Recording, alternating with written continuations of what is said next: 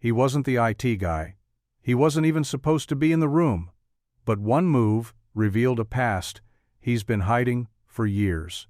The janitor smiling at his daughter over dinner. A knock at the door. A stack of legal papers. The girl crying. Now, just as he's been given a second chance, someone's trying to take the only thing that matters, she's little girl. The CEO watching him from her office. A boardroom full of skeptical faces. A shadowy figure at a computer. There's a truth buried in his past, a betrayal that could destroy him again or set him free forever. Music swells. We see the janitor closing his eyes, gripping his daughter's hand in court. Can a single moment of brilliance erase years of lies? Or will his past take away the one future he's fighting for? Before we get into the story, comment below where in the world you are watching from today. The fluorescent lights hummed softly overhead as Eli Parker guided his mop across the polished floor of Donovan Manufacturing's executive level. The rhythmic motion was almost soothing after another long day. He'd been at it since sunset, and now the building stood mostly empty, save for a few security guards and the occasional late-working executive. Eli's shoulders ached from the repetitive movement, but his mind wandered to more pressing concerns. Earlier that day, he dropped Maddie off at her friend's house for a study session. The guilt of not being able to help her with her science project tonight gnawed at him. Tomorrow, he'd promised her. We'll work on it together tomorrow, sweetheart. The memory of her understanding smile made his chest tighten. Maddie never complained, even when he had to work extra shifts or couldn't afford the little extras other kids took for granted. She was growing up too fast, wise beyond her 12 years. His hand absently patted the folded bills in his pocket, what remained of his last paycheck after paying the overdue electric bill. The amount was barely enough to cover groceries for the week, let alone the art supplies Maddie needed for school. He'd have to figure something out, though. He always did. Eli dipped his mop into the wheeled bucket, wringing out the excess water with practiced efficiency. The soft squeak of his work boots against the floor accompanied his quiet humming, an old lullaby he used to sing to Maddie when she was small. The familiar tune helped keep his eyes open during these late hours. From behind the frosted glass door of the CEO's office, muffled voices carried into the hallway. Eli paid them no mind. He'd learned long ago that discretion was part of the job. Executive conversations weren't meant for janitors' ears. He continued his methodical cleaning, moving slowly past the door. The voices grew more agitated, though the words remained unclear. Eli kept his head down, focusing on the regular sweep of his mop across the floor. Whatever crisis was unfolding behind that door wasn't his concern. Suddenly, the door flew open with such force that it bounced against the wall.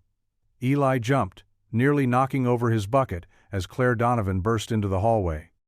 The young CEO's normally composed appearance was distinctly ruffled, her blazer wrinkled, her dark hair escaping its neat bun. In her arms, she clutched a sleek laptop that appeared completely dark.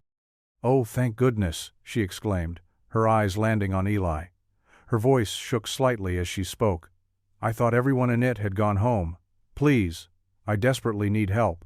Eli opened his mouth to explain that he wasn't from IT, but Claire continued in a rush, her words tumbling over each other. "My laptop just crashed completely. Black screen won't respond to anything. I have an investor video call in." She glanced at her watch. "Less than 5 minutes. Everything for the presentation is on here, and I can't access any of it." Her professional demeanor cracked slightly, revealing genuine panic underneath. "These investors are from Singapore. We can't reschedule. This could make or break our entire expansion plan." She thrust the laptop toward him, her hands trembling slightly. "Can you help? Please?" Eli looked at the desperate young woman before him, then down at his worn janitor's uniform. He knew he should correct her assumption, tell her to call the actual IT department. But something in her expression, the mix of hope and fear, reminded him of Maddie when she needed his help with a problem. The laptop felt familiar in his hands, its weight bringing back memories of another life, another version of himself. He'd worked with this exact model countless times before, back when he wore suits instead of coveralls, when his hands typed code instead of pushing mops. "The system just crashed?" he asked quietly, his fingers already moving to the laptop's edge. "No warning messages?" Claire shook her head, checking her watch again nervously. "None. I was just reviewing the presentation slides, and suddenly, nothing. Complete blackout."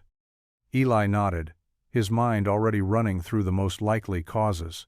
Despite years away from technology, the knowledge remained, like muscle memory. He carefully turned the laptop over, his movements precise and confident despite his exhaustion. "Do you have any external drives connected?" he asked, locating the battery release. "No, just the power cord," Claire replied, watching his hands with a mixture of anxiety and hope. Eli's fingers found the small emergency reset pinhole. With practiced ease, he removed the battery, pressed and held the power button for 30 seconds to drain any residual charge, then performed a quick sequence that would bypass the standard boot sequence. It was a trick he'd learned years ago, one that few outside the highest levels of software engineering would know. The whole process took less than a minute. When he replaced the battery and pressed the power button, the screen flickered to life immediately. Claire gasped as her desktop reappeared, all her files intact. "How did you?" she began. But the chime of an incoming video call cut her off. Her eyes widened in panic, then relief as she saw everything was functioning normally. "Thank you," she whispered fervently, already moving back toward her office. "Thank you so much. Please, wait here. I need to take this call, but I want to talk to you after." The door closed behind her, leaving Eli alone in the hallway with his mop and bucket. He could hear her voice, now professionally composed, greeting the investors. For a moment, he stood still, his hands tingling with the memory of familiar movements they hadn't performed in years. Then, slowly, he reached for his mop and resumed his work, his quiet humming echoing in the empty hallway as he tried not to think about the life he'd left behind. Eli set his mop against the wall and stepped forward, his movements careful and deliberate. Claire's hands trembled slightly as she handed him the laptop, her eyes wide with barely contained panic. The sleek device felt familiar in his hands, bringing back memories he usually kept locked away. "It just went black in the middle of my presentation prep," Claire explained, running a hand through her already disheveled hair. Her tailored blazer and pencil skirt couldn't hide the tension in her shoulders. "Everything I need for this call is on there." Eli nodded, settling into the nearest desk. The surface was pristine glass, reflecting the overhead lights as he placed the laptop down. Without hesitation, he flipped the device over, his fingers finding the release catches with practiced ease. The battery compartment opened with a soft click. "What are you doing?" Claire asked, hovering over his shoulder. "It usually takes forever to—" "Just give me a minute," Eli said quietly, his voice steady and reassuring. From his cleaning cart, he retrieved a small toolkit he kept for tightening loose screws on office furniture. The miniature Phillips head screwdriver felt like an old friend in his grip. Claire paced behind him, her heels clicking against the floor. "The investors are waiting, and I need those slides." "Almost there," Eli murmured, carefully disconnecting the battery. His fingers moved with precision, muscle memory taking over, as he located the tiny reset button hidden beneath. With the screwdriver's tip, he triggered a specific sequence: tap tap hold, a bypass method known only to a select few. The screen flickered to life. Claire gasped as windows began reopening, documents restoring themselves one by one. That's impossible. How did you—" "Just an old trick," Eli said, already standing and stepping away from the desk. He tucked the screwdriver back into his pocket, trying to ignore the way Claire was staring at him. Her eyes had narrowed, professional curiosity replacing her earlier panic. "No," she said firmly, taking a step toward him. "That sequence you just used, I've only seen it once before, at a tech conference in Silicon Valley. It's not something She caught herself, but Eli knew what she'd been about to say. "Not something a janitor should know. Like I said, just a trick I picked up." He reached for his mop, hoping to end the conversation, but Claire wasn't letting it go. That's a proprietary bypass developed by Cortex Systems. It was never released publicly. Her voice had changed, becoming sharper, more focused. The only people who know that sequence are senior software engineers who... The office door burst open, making them both jump. A young woman in a sharp business suit rushed in, her tablet clutched to her chest. "Ms. Donovan, the investors are all on the line. They've been waiting for almost 4 minutes." Claire's head snapped toward her assistant, then back to Eli. The questions in her eyes were clear, but there wasn't time to ask them. She grabbed her laptop from the desk, checking that everything was indeed restored. "Thank you," she said to Eli, her tone making it clear this conversation wasn't over. "We'll talk later, okay?" Eli nodded noncommittally, already gripping his mop handle. He began working again, pushing the cleaning solution across the floor in long, methodical strokes. But he could feel Claire's gaze lingering on him as her assistant ushered her toward the conference room. When the door clicked shut behind them, Eli let out a long breath. His hands were steady on the mop handle, but his mind raced. He'd gotten careless, shown too much of his old skills. The muscle memory had taken over, and now Claire Donovan had seen something she wasn't likely to forget. He continued mopping, trying to lose himself in the routine of it. But he could still feel the phantom weight of the laptop in his hands, the familiar texture of circuit boards and cooling fans. For just a moment, he'd been back in his element, doing what he did best. Now it was time to fade back into the background, to be invisible again. The fluorescent lights continued their steady hum overhead as Eli moved down the hallway, leaving the polished floor gleaming in his wake. From behind the conference room door, he could hear Claire's voice, confident and clear, beginning her presentation to the investors. She made no mention of the technical crisis she'd just averted, or the janitor who had saved her files with suspicious expertise. But Eli knew better than to believe she'd let it go. He'd seen the recognition in her eyes, the moment she'd realized something didn't add up.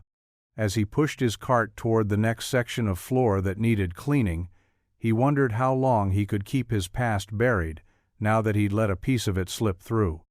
The cleaning solution made soft swishing sounds as he worked, a rhythm he usually found comforting.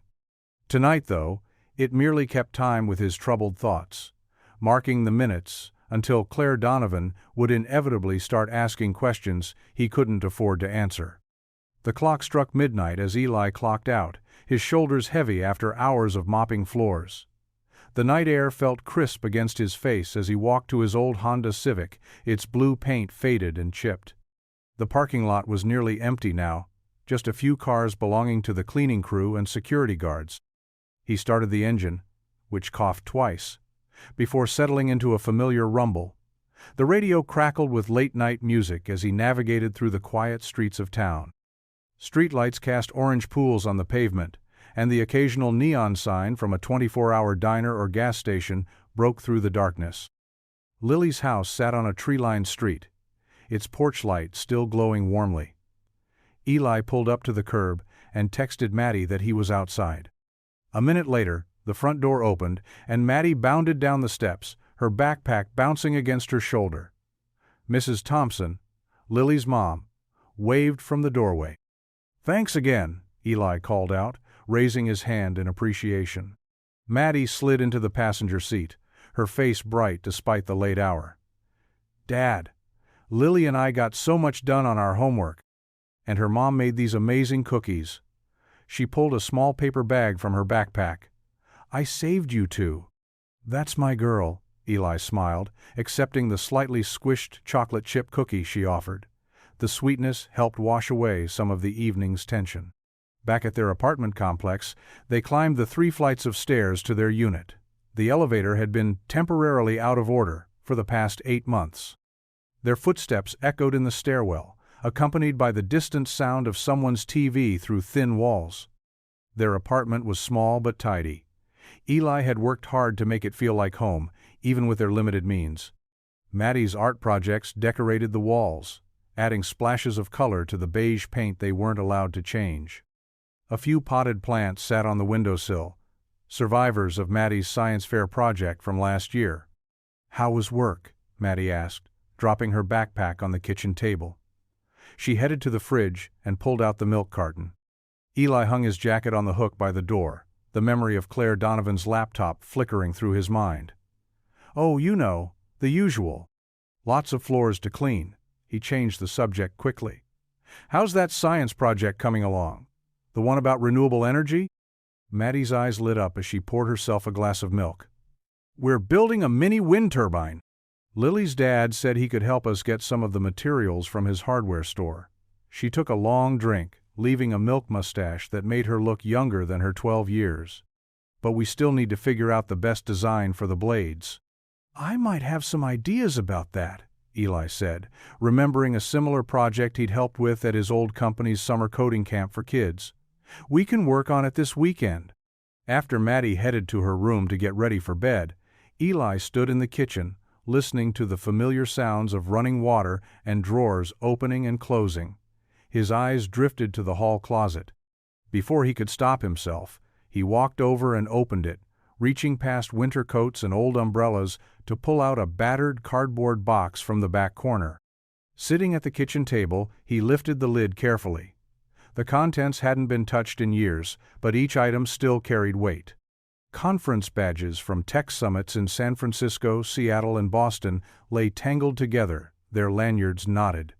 His finger traced over his printed name. Eli Parker, Senior Systems Engineer. Underneath lay dog-eared coding manuals, their spines cracked from countless late nights of reference. Some still had sticky notes poking out, marking solutions to long-forgotten problems.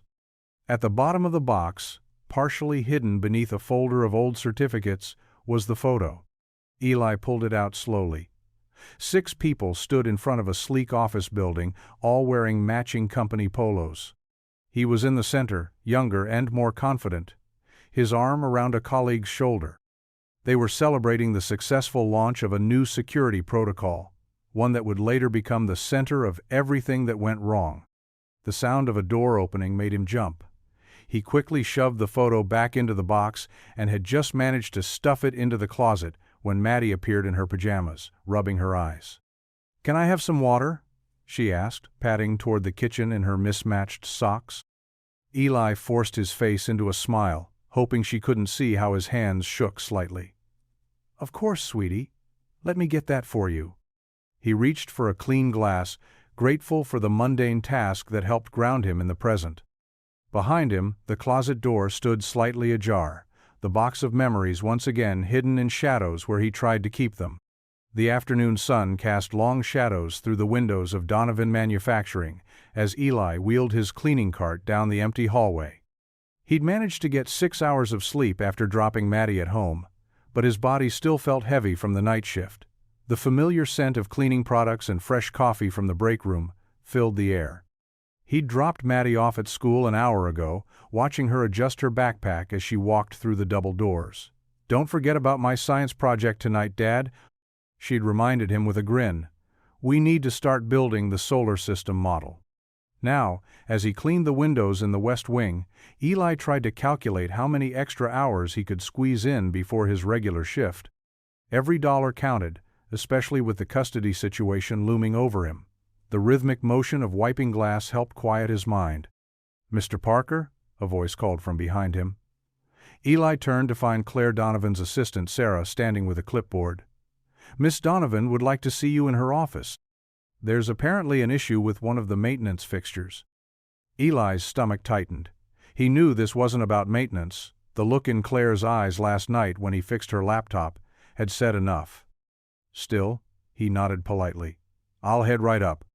The executive floor seemed different in daylight.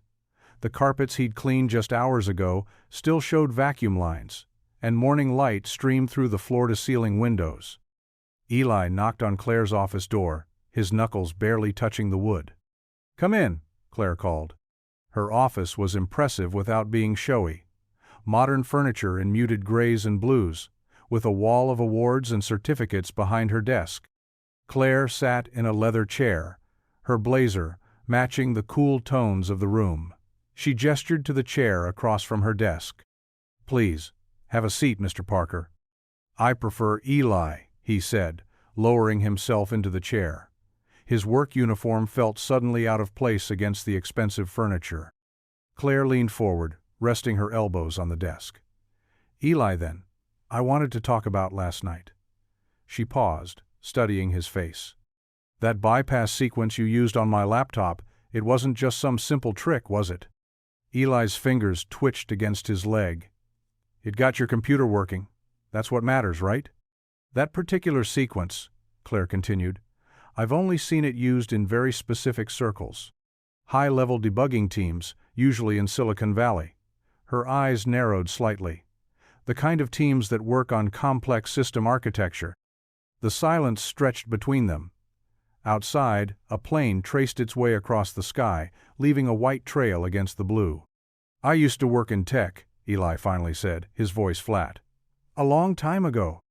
"Used to?" Claire pressed. "Someone with your skills doesn't just stop working in tech. Those bypasses you used, they're not common knowledge. They're the kind of thing you'd learn working for major companies, dealing with critical systems."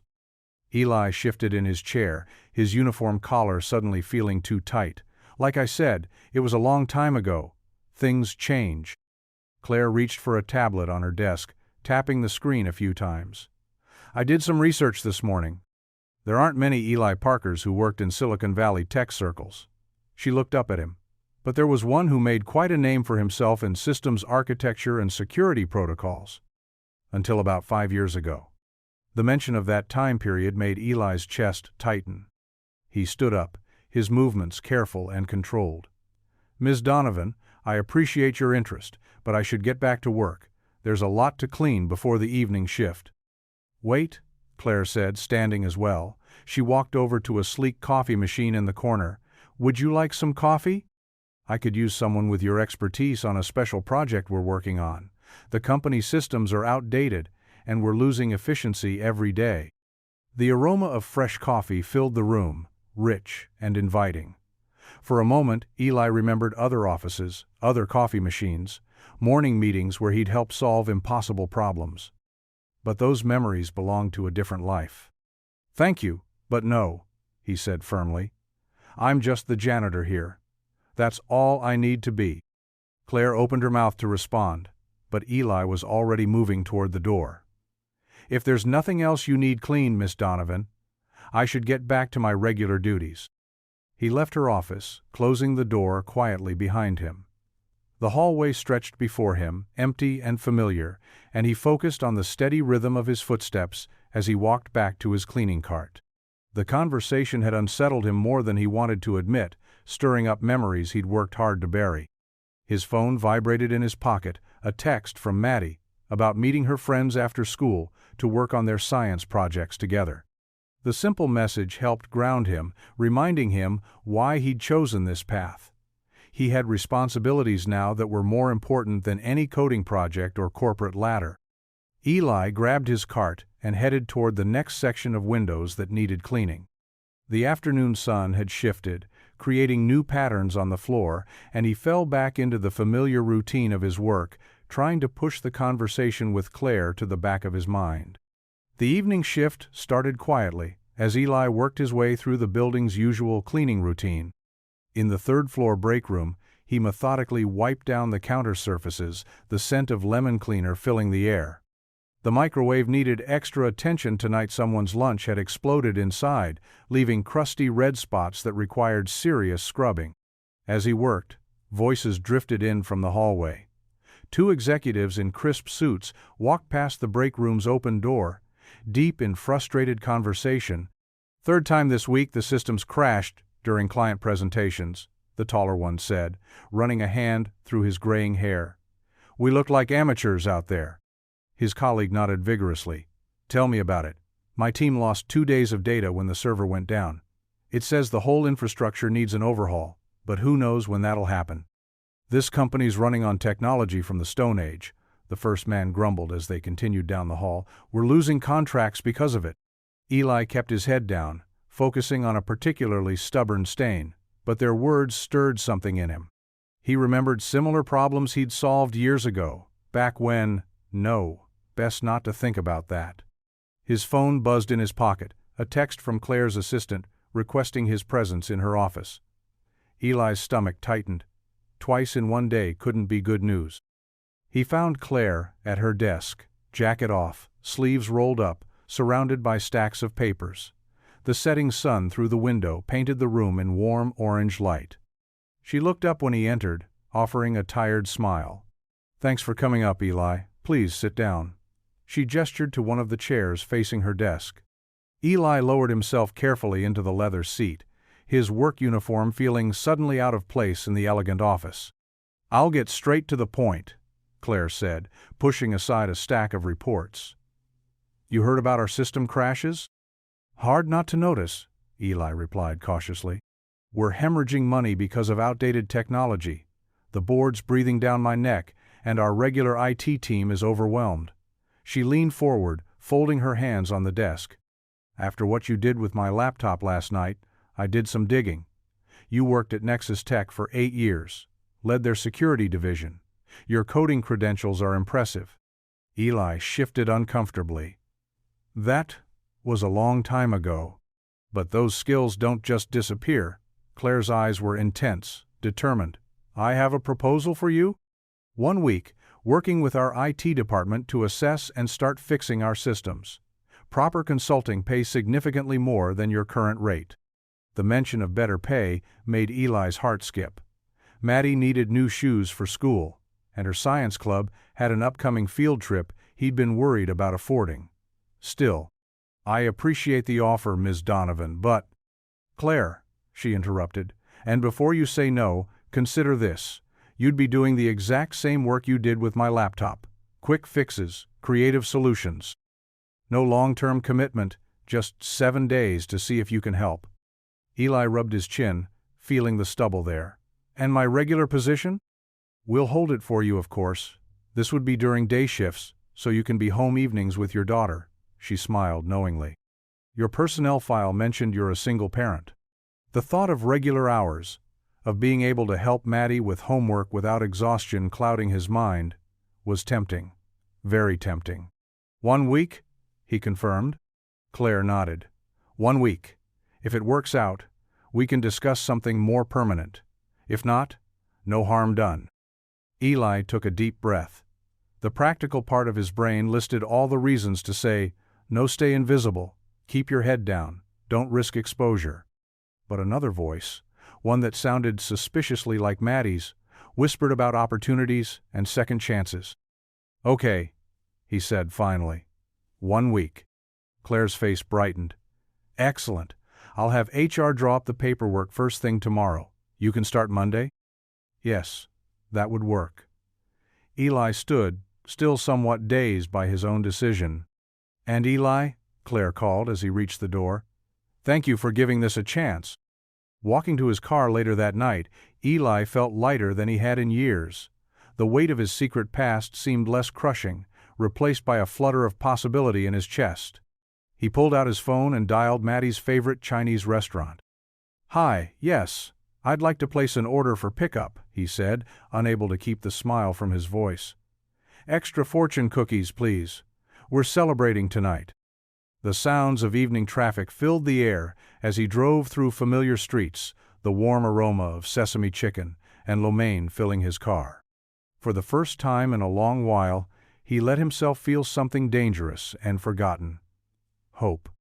The morning sun painted long shadows across the sidewalk as Eli's old sedan pulled up to Maddie's middle school. His daughter gathered her backpack and lunchbox, but hesitated before opening the car door. She turned to him with curious eyes, noticing something different in his demeanor. "Dad, you seem, I don't know, nervous or something," Maddie said, adjusting her ponytail. Eli drummed his fingers on the steering wheel, managing a small smile. "Actually, I'm trying something new at work today." "New? Like what?" Her eyes lit up with interest. "Well," he paused, choosing his words carefully. "Remember how I used to work with computers? They asked me to help out with some technical stuff for a while." Maddie's face broke into a huge grin. "Really? That's awesome, Dad." She threw her arms around him awkwardly across the center console. "You're going to be amazing." Her enthusiasm warmed his heart, though anxiety still churned in his stomach. We'll see, sweetheart. It's just temporary. Still cool, though. She hopped out of the car, then leaned back in. Can we have pizza tonight to celebrate? Let's see how today goes first, he chuckled. Have a good day at school. Watching her skip up the steps, Eli took a deep breath. He'd traded his usual janitor's uniform for khakis and a plain blue button-down shirt he'd found in the back of his closet. It felt strange, like putting on someone else's skin. At Donovan Manufacturing, the morning shift was just starting. Instead of heading to the maintenance room, Eli took the elevator to the IT department on the second floor. The space was a maze of cubicles, the air filled with the hum of computers and quiet conversation. Mark Chen, the IT director, greeted him with obvious skepticism. Miss Donovan said you'd be joining us. He gestured to an empty workstation. We've got a list of ongoing issues. Start with whatever you can handle. Eli settled into the chair, fingers hovering over the keyboard. It had been years, but muscle memory kicked in as he logged into the system. The list of technical problems was long. Network bottlenecks, software conflicts, security patches needed. He started with the smaller issues, working methodically and quietly. By mid-morning, he'd cleared a dozen tickets that had been sitting in the queue for weeks. The other IT staff began to take notice, peering over their cubicle walls with increasing interest. How did you fix the printer network so fast? Sarah, a young technician, asked during coffee break. We've been fighting with that for months. Eli shrugged, uncomfortable with the attention. Just recognize the protocol conflict. It's an old bug that used to pop up in similar systems. Around 11, alarms started blaring from multiple monitors. The shipping department's inventory system had crashed, halting all outgoing deliveries. Mark rushed over, face tight with stress. This is bad. We could lose thousands if we can't get shipments out today. He ran his hands through his hair. The backup system isn't responding either. Eli quickly scanned the error messages, recognition flickering in his eyes. Without a word, he opened a command prompt and began typing rapidly, his fingers flying over the keys. The other techs gathered around, watching in amazement as he navigated through layers of code. There, he said after a few minutes, hitting enter. The error messages cleared, and the shipping interface blinked back to life. It was a memory allocation issue in the backup routine. Should be stable now. Mark stared at him, then at the screen. That would have taken us hours to diagnose, let alone fix. He extended his hand. I guess I owe you an apology for doubting you. Throughout the afternoon, Eli continued working through the issue list. He kept his head down, speaking only when necessary, but his quiet competence spoke volumes. The atmosphere in the IT department shifted from skepticism to respect. Up in her office, Claire Donovan watched the department's productivity metrics with growing satisfaction. Support tickets were being cleared at an unprecedented rate. When she saw Eli leaving at the end of his shift, she stood at her window, observing his slightly hunched walk to the parking lot. He still carried himself like someone trying to avoid notice, but there was a new lightness in his step. She smiled, already making mental notes about extending his contract. 1 week wouldn't be nearly enough time to fix all the problems she now knew he could solve. The company needed his skills, whether he realized it or not. Eli reached his car, pausing to look back at the building. For the first time in years, his hands weren't aching from pushing a mop or scrubbing floors. Instead, they tingled with the familiar sensation of a day spent typing, solving problems, doing what he'd once loved. He pulled out his phone to call Maddie. Maybe pizza wasn't such a bad idea after all. The aroma of spaghetti and garlic bread filled their small apartment kitchen. Eli stirred the sauce while Maddie sat at their worn wooden table, surrounded by papers and colored markers. Her science project materials were spread across the surface as she enthusiastically explained her progress. So, Miss Thompson said my idea about testing different types of soil for plant growth was really good, Maddie explained, waving a green marker for emphasis. Lily's going to help me collect samples from different places around town this weekend. Eli nodded, tasting the sauce with a wooden spoon. That sounds great, honey. Just make sure you label everything clearly. He sprinkled in a pinch more oregano, using the recipe his mother had taught him years ago. It was one of the few meals he could cook well, and it had become their Thursday night tradition. "Dad, look at my chart." Maddie held up a colorful graph she'd drawn. "Each column is for a different type of soil. I'm thinking we can get some from the park, maybe the community garden, and—" A sharp knock at the door cut through their conversation. Eli glanced at the clock. 7:43 p.m. They rarely got visitors, especially this late. He turned down the heat under the sauce and wiped his hands on a dish towel. "Keep working on your chart, sweetie. I'll see who it is." The knock came again, more insistent this time. Eli crossed their small living room, his sock feet silent on the worn carpet. Through the peephole, he saw a man in a dark suit holding a manila envelope. Something cold settled in his stomach as he opened the door. "Mr. Eli Parker?" The man's voice was professionally detached. "Yes?" "These are for you." He thrust forward the envelope. "You've been served. Have a good evening." Before Eli could respond, the man turned and walked away. The envelope felt heavy in his hands, though he knew it contained only paper. His fingers trembled slightly as he closed the door. "Who was it, Dad?" Maddie called from the kitchen. Eli's throat tightened. He wanted to hide the envelope, to pretend it didn't exist, but he knew he had to open it. Standing in the living room, he pulled out the stack of legal documents. The first page made his heart stop. Petition for modification of child custody. Lori's name jumped out at him. His ex-wife was filing for full custody of Maddie, citing his inability to provide a stable living environment and chronic financial instability. The words blurred as he read them. Each paragraph feeling like a punch to the gut. "Dad." Maddie's voice was closer now. "What's wrong?" He looked up to find her standing in the doorway between the kitchen and living room, marker still in hand.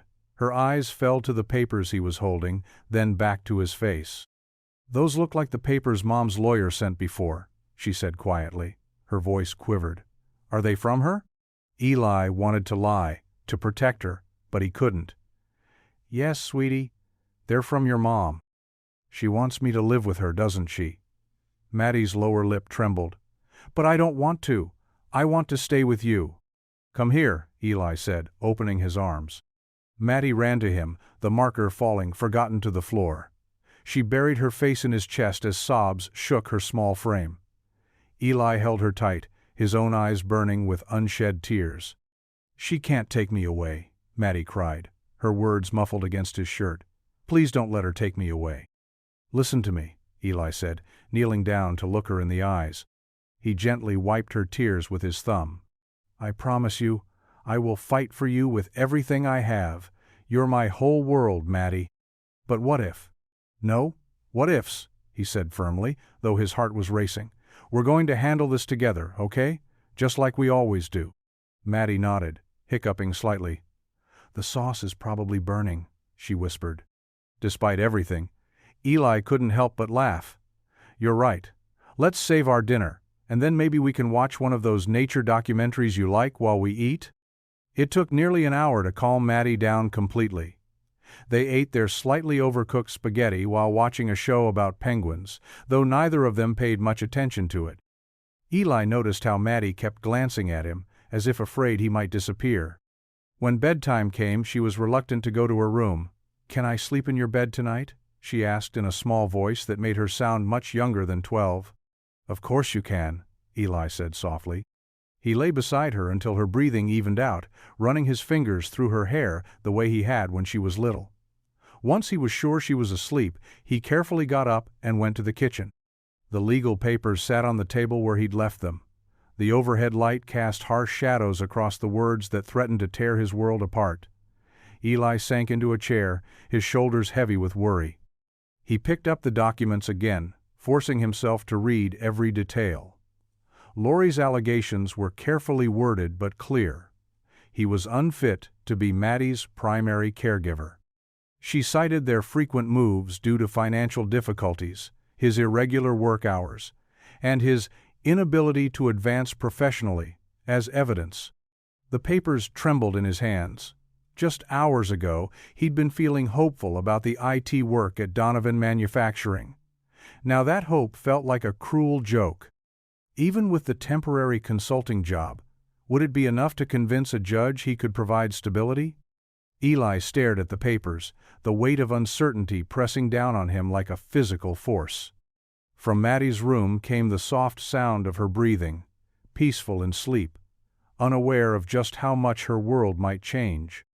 The fluorescent lights of Donovan Manufacturing's lobby seemed especially harsh the next morning. Eli swiped his badge at the security desk, his movements slower than usual. Dark circles rimmed his eyes, evidence of a night spent tossing and turning, reading and rereading those legal documents until the words blurred together. The morning cleaning crew gave him odd looks as he walked past in his newly issued IT department polo shirt instead of his usual janitor's uniform. The change in his position had happened so fast he hardly believed it himself. In the break room, Eli's trembling hands struggled with the coffee maker. He'd already had 2 cups at home, but exhaustion clung to him like a heavy blanket. The custody papers felt like they were burning a hole in his messenger bag, tucked away but impossible to forget. "You're here early." Claire's voice came from behind him, making him jump slightly. She stood in the doorway, her own coffee mug in hand, dressed in a navy business suit that somehow made her look both authoritative and approachable. Eli forced a smile. "Wanted to get a head start on those server updates we discussed yesterday." Claire stepped closer, her head tilted slightly as she studied his face. "You look like you haven't slept." "I'm fine," he said automatically, but his voice cracked on the second word. "No, you're not." Claire set her mug down on the counter. "What's wrong?" Eli busied himself with stirring his coffee, watching the cream create swirling patterns in the dark liquid. "Nothing I can't handle." "Eli." Her voice was gentle but firm. "In the past week, you've solved technical problems that have plagued this company for months. You're brilliant at fixing things. But right now, you look like you're the one who needs fixing." The genuine concern in her voice cracked something in his carefully maintained composure. He reached into his bag and pulled out the wrinkled envelope, placing it on the counter between them. "My ex-wife is suing for full custody of Maddie," he said quietly, the words tasting bitter in his mouth. "She claims I can't provide a stable environment. Too many job changes, too small an apartment, not enough. Everything." Claire picked up the envelope, her eyes scanning the legal document inside. "This is ridiculous. You're a dedicated father. Anyone can see that." "The court doesn't see dedication, they see bank statements and employment history." Eli ran a hand through his graying hair. "And mine's been a mess since Silicon Valley." Claire finished softly. He nodded, surprised she'd pieced it together. "I've been trying to rebuild, but everything I've saved has gone to keeping Maddie in her school, making sure she has what she needs." "Legal fees." He shook his head. "I can't even think about them right now." Claire was quiet for a moment, tapping her fingers thoughtfully against her coffee mug. "I know a good lawyer, Patricia Chen. She specializes in family law, and she's one of the best in the state." "I appreciate that, but lawyers like that," Eli gave a hollow laugh. "I can barely afford my rent." "What if that wasn't the case?" Claire straightened, her business instincts clearly kicking in. "The trial period we discussed for your IT work, let's make it permanent. Full-time, with benefits. Your solutions have already saved us thousands in potential system failures." Hope flickered in Eli's chest, but caution tempered it. "You hardly know me. My background—" "I know enough," Claire interrupted. "I know you're skilled enough to fix problems our entire IT department couldn't solve. I know you work hard. I've seen you pulling double shifts, cleaning floors, after fixing our networks. And I know you're honest. You could have hidden your past, but you didn't." She pulled a chair from the break room table and sat down, gesturing for him to do the same. Eli sank into the seat, his coffee forgotten on the counter. "Here's what I'm proposing," Claire continued. "A 6-month contract to start. Your primary focus will be modernizing our systems and training our current IT staff. The salary will be competitive, enough to help with those legal fees. If things go well, we can discuss a permanent position." Eli's hands gripped the edge of the table. "Why would you do this?" Because this company needs someone with your skills. And because I believe in second chances. Claire's expression softened. My father built this company from nothing. When he passed away last year, everyone thought I was too young, too inexperienced to take over. But he'd taught me to recognize talent and integrity when I saw it. You have both. She reached into her blazer pocket and pulled out a business card. Think about it. Talk to Patricia. I'll let her know you might call. Whatever you decide about the job, you should at least know your legal options. Eli stared at the card, its embossed letters catching the fluorescent light. The possibility of fighting back, of keeping his daughter, suddenly seemed less like a desperate dream and more like a tangible goal. I don't need to think about it, he said, looking up at Claire. I want the job. I need it for Maddie. Claire smiled and extended her hand. Then welcome to the team, officially. Eli shook her hand, his grip firm despite his exhaustion. In that moment, his determination crystallized into something solid and unshakable. He would prove himself worthy of this chance, not just to Claire and the company, but to the courts and, most importantly, to Maddie. Over the next few days, Eli fell into an exhausting but rewarding routine. His alarm would buzz at 4 a.m., giving him time to review the custody paperwork and make notes before getting Maddie ready for school. Then came his morning IT shift, followed by a quick lunch break, and finally his evening janitorial duties. The work was demanding, but for the first time in years, he felt like he was moving forward instead of just treading water. On Wednesday afternoon, his worlds collided unexpectedly. Maddie's science club had canceled at the last minute, leaving her without after-school supervision. With no other options, Eli brought her to the office, setting her up with her homework in a quiet corner of the IT department. Just for a couple hours, sweetheart, he said, pulling up a spare chair to the empty desk. Try to work on your science project, okay? Maddie nodded, already pulling out her notebook covered in colorful stickers. It's fine, Dad. This is kind of cool, actually. She glanced around the office with genuine interest, taking in the rows of computers and the wall of security monitors. As Eli worked nearby, troubleshooting a network issue, he kept glancing over at Maddie. She seemed content, sketching out ideas for her project about renewable energy.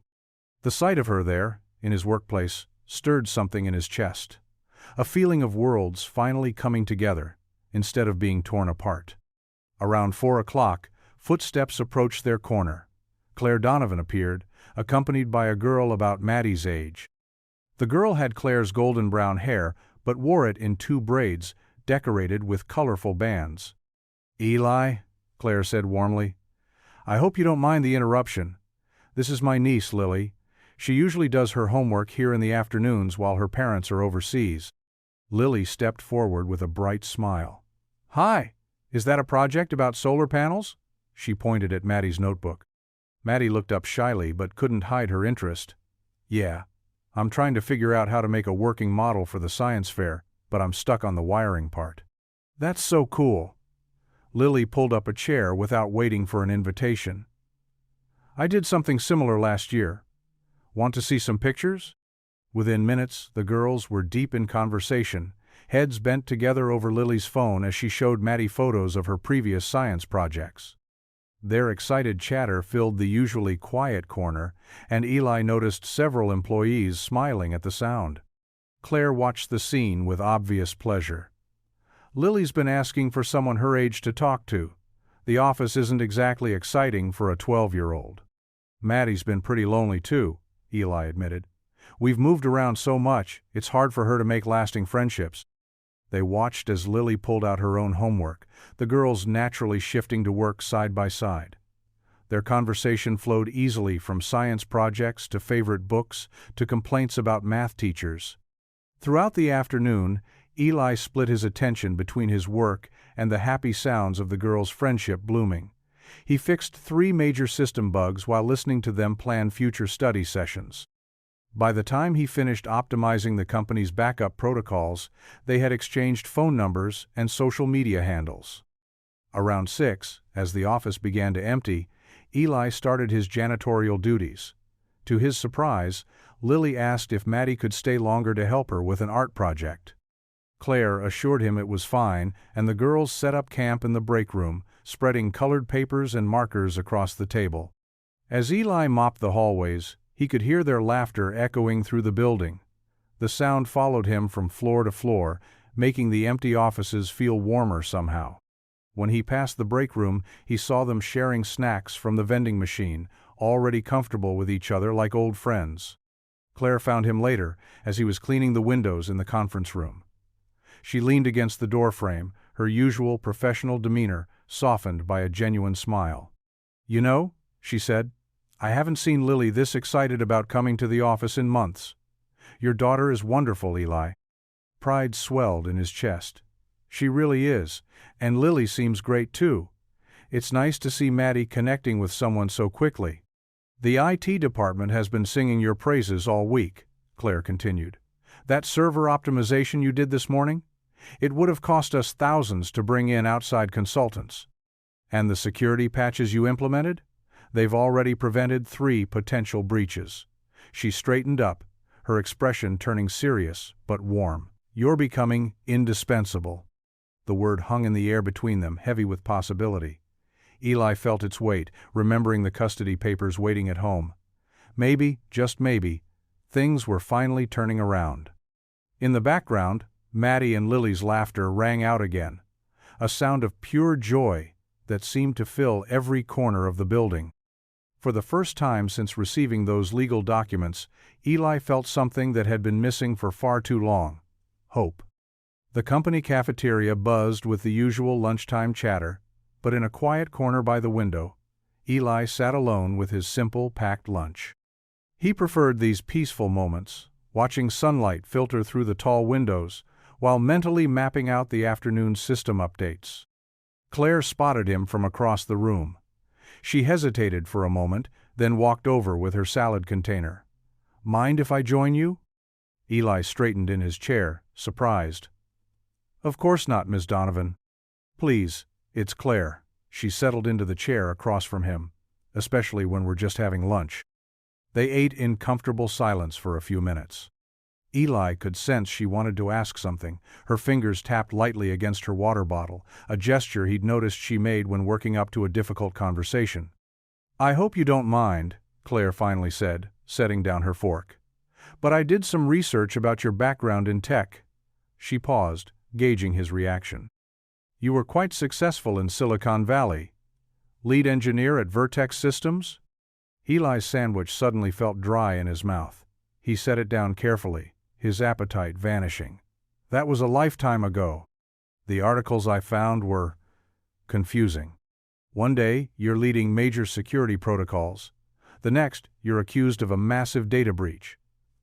Claire's voice was gentle, not accusatory. "But something doesn't add up. The person I've gotten to know these past weeks, he's not someone who would compromise security systems." Eli stared out the window, watching a pair of birds hop along a nearby ledge. He'd avoided telling this story for so long, but something about Claire's directness, her genuine interest, made him want to share the truth. "You're right," he said quietly. "I didn't do it." Claire waited patiently as he gathered his thoughts. "There was a junior developer on my team, Sarah Chen. Brilliant coder, fresh out of college." Eli's voice grew stronger as he continued. "She discovered some serious ethical violations in the company's AI development. They were deliberately programming bias into criminal risk assessment software, targeting specific communities. She came to me with evidence," he continued. "We were supposed to present it together to the board. But the night before, someone accessed the system using my credentials. Critical data was erased, including Sarah's evidence. The company claimed I was retaliating against false accusations." Claire leaned forward. "But why didn't you defend yourself?" "They made it clear. If I fought back, they'd destroy Sarah's career before it began. Make sure she never worked in tech again." Eli's hands tightened around his water bottle. "She had student loans, a sick mother to support. I had savings, experience. I could survive the fall." "So you took the blame," Claire said softly. Eli nodded. "The tech world is small. Once the story spread, no company would touch me. I burned through my savings, fighting for partial custody of Maddie. Started taking whatever jobs I could find. That must have been incredibly difficult, Claire said, her voice thick with emotion. The hardest part wasn't losing the career, Eli admitted. It was explaining to Maddie why we had to move to a smaller apartment, why she couldn't do dance classes anymore. But you know what? A small smile crossed his face. She never complained, just hugged me and said we'd figure it out together. Claire sat back, visibly moved by his story. Your daughter sounds remarkable. She is. Eli checked his watch. Speaking of Maddie, I should get back to work. Those server updates won't do themselves. Just then, Eli's phone buzzed with a text. He glanced at it, his eyebrows rising in surprise. Everything okay? Claire asked. It's Maddie. She's asking if her new friend Lily can come over tomorrow to work on their science project. He looked up at Claire. That would be your niece, I believe? Claire's face brightened. Yes. Lily hasn't stopped talking about Maddie since they met. She's been wanting to invite her over, but wasn't sure how to ask. I'd love to say yes, but my car's in the shop until next week. I wouldn't be able to pick them up from school. I could drop Lily off, Claire offered immediately. I've been meaning to spend more time with her anyway, with her parents being overseas. We could make it work. Eli hesitated, but saw only genuine warmth in Claire's expression. That's very kind of you, if you're sure it's not too much trouble. Not at all. Claire stood up, gathering her lunch containers. Sometimes the best professional relationships start with personal connections, don't you think? Eli nodded, pulling out his phone to text Maddie back. As he typed, he felt a weight lift from his shoulders, one he hadn't even realized he'd been carrying. For the first time since the scandal, someone in the corporate world knew the whole truth about his past. And instead of judgment, he'd found understanding. Eli adjusted his tie for the 10th time in the elevator, his reflection in the polished doors showing a man he barely recognized. The borrowed suit from the thrift store fit well enough, but wearing it felt like stepping into someone else's life. His hands, though clean, still showed calluses from years of manual labor, a stark reminder of how far he'd fallen, and maybe now, how far he might rise again. The elevator dinged at the top floor. Claire waited by the boardroom doors, tablet in hand. Her confident smile helped steady his nerves. Ready? She asked. Eli nodded, gripping his own tablet tighter. As I'll ever be. The boardroom intimidated with its wall of windows overlooking the city and the long mahogany table where 8 board members sat reviewing papers. Their suits probably cost more than his monthly rent. Charles Redding, the most senior member, peered at Eli over his reading glasses with obvious skepticism. Claire took her place at the head of the table. Good morning, everyone. I'd like to introduce Eli Parker, who's been consulting on our IT infrastructure. He's prepared a comprehensive plan to modernize our systems. Eli stepped forward, fighting the urge to wipe his sweaty palms on his pants. He connected his tablet to the presentation screen, and with a deep breath, began. Thank you for your time today. Over the past week, I've identified critical weaknesses in the company's current systems. His voice grew steadier as he focused on the familiar technical details. The most urgent issue is our outdated security protocols. As he walked through his findings, Eli noticed the board members' expressions shifting from polite attention to genuine interest. He explained complex problems in simple terms, backing each point with clear examples and cost projections. By implementing these changes, he continued, pulling up a timeline chart, we can reduce system downtime by 70% and cut IT maintenance costs by nearly half within 6 months. Mr. Redding leaned forward. Those are bold claims, Mr. Parker. What makes you so certain? Because I've done it before, Eli replied, surprising himself with his confidence. At my previous company, we faced similar challenges. The solution I'm proposing isn't just theoretical. It's based on proven results. He pulled up several graphs showing efficiency improvements.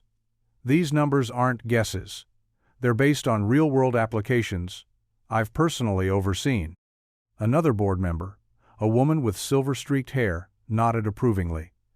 I appreciate the practical approach. No fancy bells and whistles, just solid solutions we can implement immediately. Exactly, Eli agreed, warming to her support. Every suggestion in this plan has been tested in similar manufacturing environments. We don't need to reinvent the wheel, we just need to upgrade to a better one. The presentation continued for another 30 minutes, with board members asking increasingly detailed questions. Eli answered each one clearly, drawing on years of experience he'd almost forgotten he had. As he wrapped up, Mr. Redding removed his glasses and rubbed his chin thoughtfully. Miss Donovan, I believe you may have found exactly what this company needs. Mr. Parker's proposals could very well represent a turning point for our technological infrastructure. Claire's smile brightened the room. I couldn't agree more. After the meeting, board members filed out, several pausing to shake Eli's hand. Claire hung back until they were alone. That was impressive, she said. You had them eating out of your hand by the end. Eli let out a long breath, finally allowing his shoulders to relax.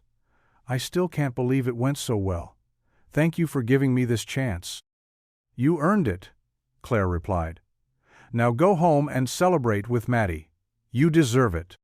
The drive home felt surreal, like floating through a dream he didn't want to end. He climbed the stairs to their apartment, each step lighter than the last. When he opened the door, Maddie launched herself at him with a fierce hug. How did it go? Did they like your ideas? Did you show them all the cool stuff you can do? Eli laughed, holding her tight. It went really well, kiddo, really well. I knew it would, Maddie beamed up at him. You're the smartest person I know. Looking at her proud face, Eli felt something he hadn't experienced in years. Real hope. Not just the desperate kind that got him through each day, but genuine belief that things could get better. For the first time since receiving those custody papers, he allowed himself to imagine winning, to picture a future where he could give Maddie the life she deserved. How about pizza to celebrate? He suggested, loosening his tie. Can we get the one with extra cheese? Maddie bounced on her toes. And maybe watch a movie? Extra cheese it is, Eli agreed, pulling out his phone to place the order. You pick the movie. The morning sun streamed through the windows of Donovan Manufacturing as Eli's fingers flew across his keyboard. After 2 weeks of late nights and careful planning, the moment had finally arrived. He glanced at the digital clock on his screen. 7:15 a.m. Most employees wouldn't arrive for another hour, giving him the perfect window to implement the system upgrade. Here goes nothing, he muttered, taking a deep breath before pressing enter. Lines of code cascaded down his screen as the new software took hold. Eli monitored each step carefully, his shoulders tense.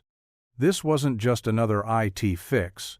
This upgrade would streamline everything from inventory tracking to payroll processing. The progress bar crept forward.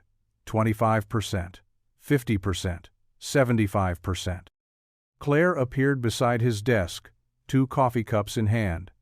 She set one down next to him without a word, understanding the delicacy of the moment. They both watched the screen in silence.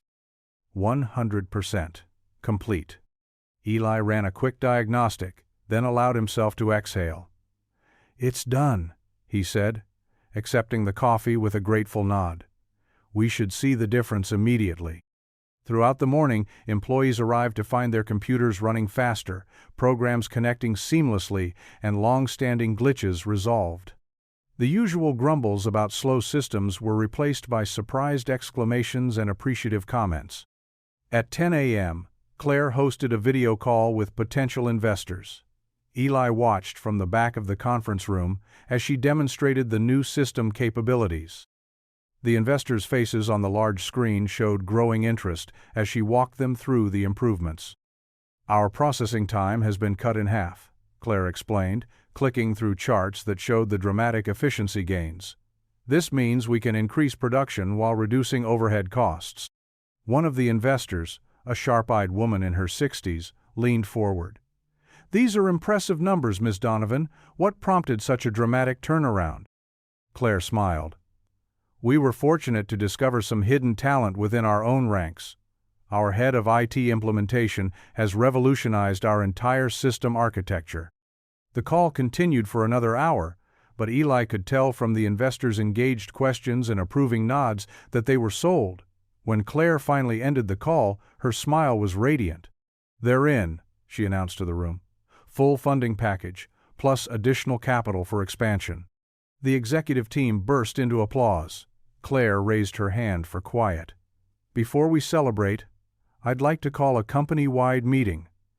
Everyone in the main conference room in 15 minutes. Word spread quickly through the building. Soon the large conference room was packed with employees from every department. Eli tried to blend into the back wall, but Claire spotted him and motioned him forward. "Many of you know we've been struggling this past year," Claire began, addressing the crowd. "Our outdated systems were holding us back, costing us contracts and threatening jobs." She paused, letting that sink in. "But today, thanks to one person's extraordinary effort, we've secured funding that will keep Donovan Manufacturing not just afloat, but growing." She turned to Eli, who felt his face flush as all eyes in the room shifted to him. 2 weeks ago, Eli Parker was working as our night janitor. But he had a secret. He was also one of the most talented software engineers in the country. When he agreed to help us, I knew he was good. What I didn't know was that he would save our company. The room erupted in spontaneous applause. Eli saw genuine gratitude in the faces around him, from the accounting team whose books now balanced automatically, to the warehouse workers whose inventory system finally worked properly. "I'd like to officially announce," Claire continued once the applause died down, "that Eli will be joining our executive team as Director of Information Systems, effective immediately." This time, the applause was thunderous. People he'd cleaned up after for months were now clapping him on the back, shaking his hand, thanking him personally. It felt surreal, like a dream he might wake up from, at any moment. Later that evening, after the excitement had died down and most employees had gone home, Eli drove to Maddie's school to pick her up. She was waiting on the steps, chatting with Lily, and bounded to the car with her usual energy. "Dad, you're early today." She climbed in, then noticed his expression. "What's wrong? You look weird." Eli laughed. "Nothing's wrong. Actually, something really good happened today. How about we celebrate at Joe's?" Maddie's eyes lit up. Joe's Diner was their special place, where they went for birthdays or when report cards came in. It was nothing fancy, just a small family restaurant with red vinyl booths and the best apple pie in town. The bell above the door jingled as they entered. The waitress, Sandy, who knew them well, called out, "Well, if it isn't the Parkers, your usual booth is open." They slid into their favorite spot by the window. Maddie immediately reached for the menu, though they both knew it by heart. "So what are we celebrating?" she asked, her eyes scanning the familiar laminated pages. Eli waited until Sandy had taken their order, burgers for both, extra pickles for Maddie, before sharing his news. He watched his daughter's face as he told her about the system upgrade, the investors, and his new position. "Dad," Maddie squealed, loud enough to turn heads at nearby tables. "You're going to be a director? Like a real one?" "A real one," he confirmed, smiling at her excitement, "with an office and everything." "Does this mean?" She hesitated, picking at her napkin. "Does this mean we can stay? For good?" Eli reached across the table and took her hand. "That's exactly what it means, sweetheart. No more moving around. We can even start looking for a house if you want." Sandy arrived with their food and 2 slices of apple pie. "On the house," she insisted, after hearing their good news. As they ate, Maddie chattered excitedly about all the possibilities. Her own room to decorate, maybe a small garden, definitely a place for her science projects. "And Lily can come over whenever she wants," Maddie added between bites of pie. "She said they have a treehouse in their backyard. Maybe we could build one too?" Eli watched his daughter's face glow with hope and excitement, remembering all the times he'd had to tell her, "maybe someday," or "we'll see." For the first time in years, he could actually say yes to her dreams. The diner's windows reflected their images against the darkening sky outside, father and daughter, sharing pie and possibilities, their future finally opening up before them. The shrill ring of Eli's phone pierced the quiet morning. He fumbled for it, squinting at the bright screen. 6:45 a.m. An unfamiliar number flashed, but something made him answer. "Eli? It's Marcus Chen." The voice on the other end was hesitant, almost apologetic. Eli sat up straight, suddenly wide awake. Marcus had been a junior developer on his team back in Silicon Valley, one of the few who'd stayed in touch after everything fell apart. "Marcus? It's been a while." Eli kept his voice low, not wanting to wake Maddie in the next room. "Listen, I know this is out of the blue, but—" Marcus paused. "I heard some things about James Thompson." Eli's stomach tightened at the name. James Thompson, the colleague whose security breach he'd taken the fall for 5 years ago. "What about him?" Eli tried to keep his tone neutral, but his free hand gripped the bedsheet. "He's been asking questions, Eli. About you. Someone mentioned you're working at Donovan Manufacturing now, and he seemed interested. Not in a good way." Sunlight crept through the thin curtains as Eli processed this information. "Thanks for the heads up, Marcus, but I'm done with all that. I've got more important things to focus on.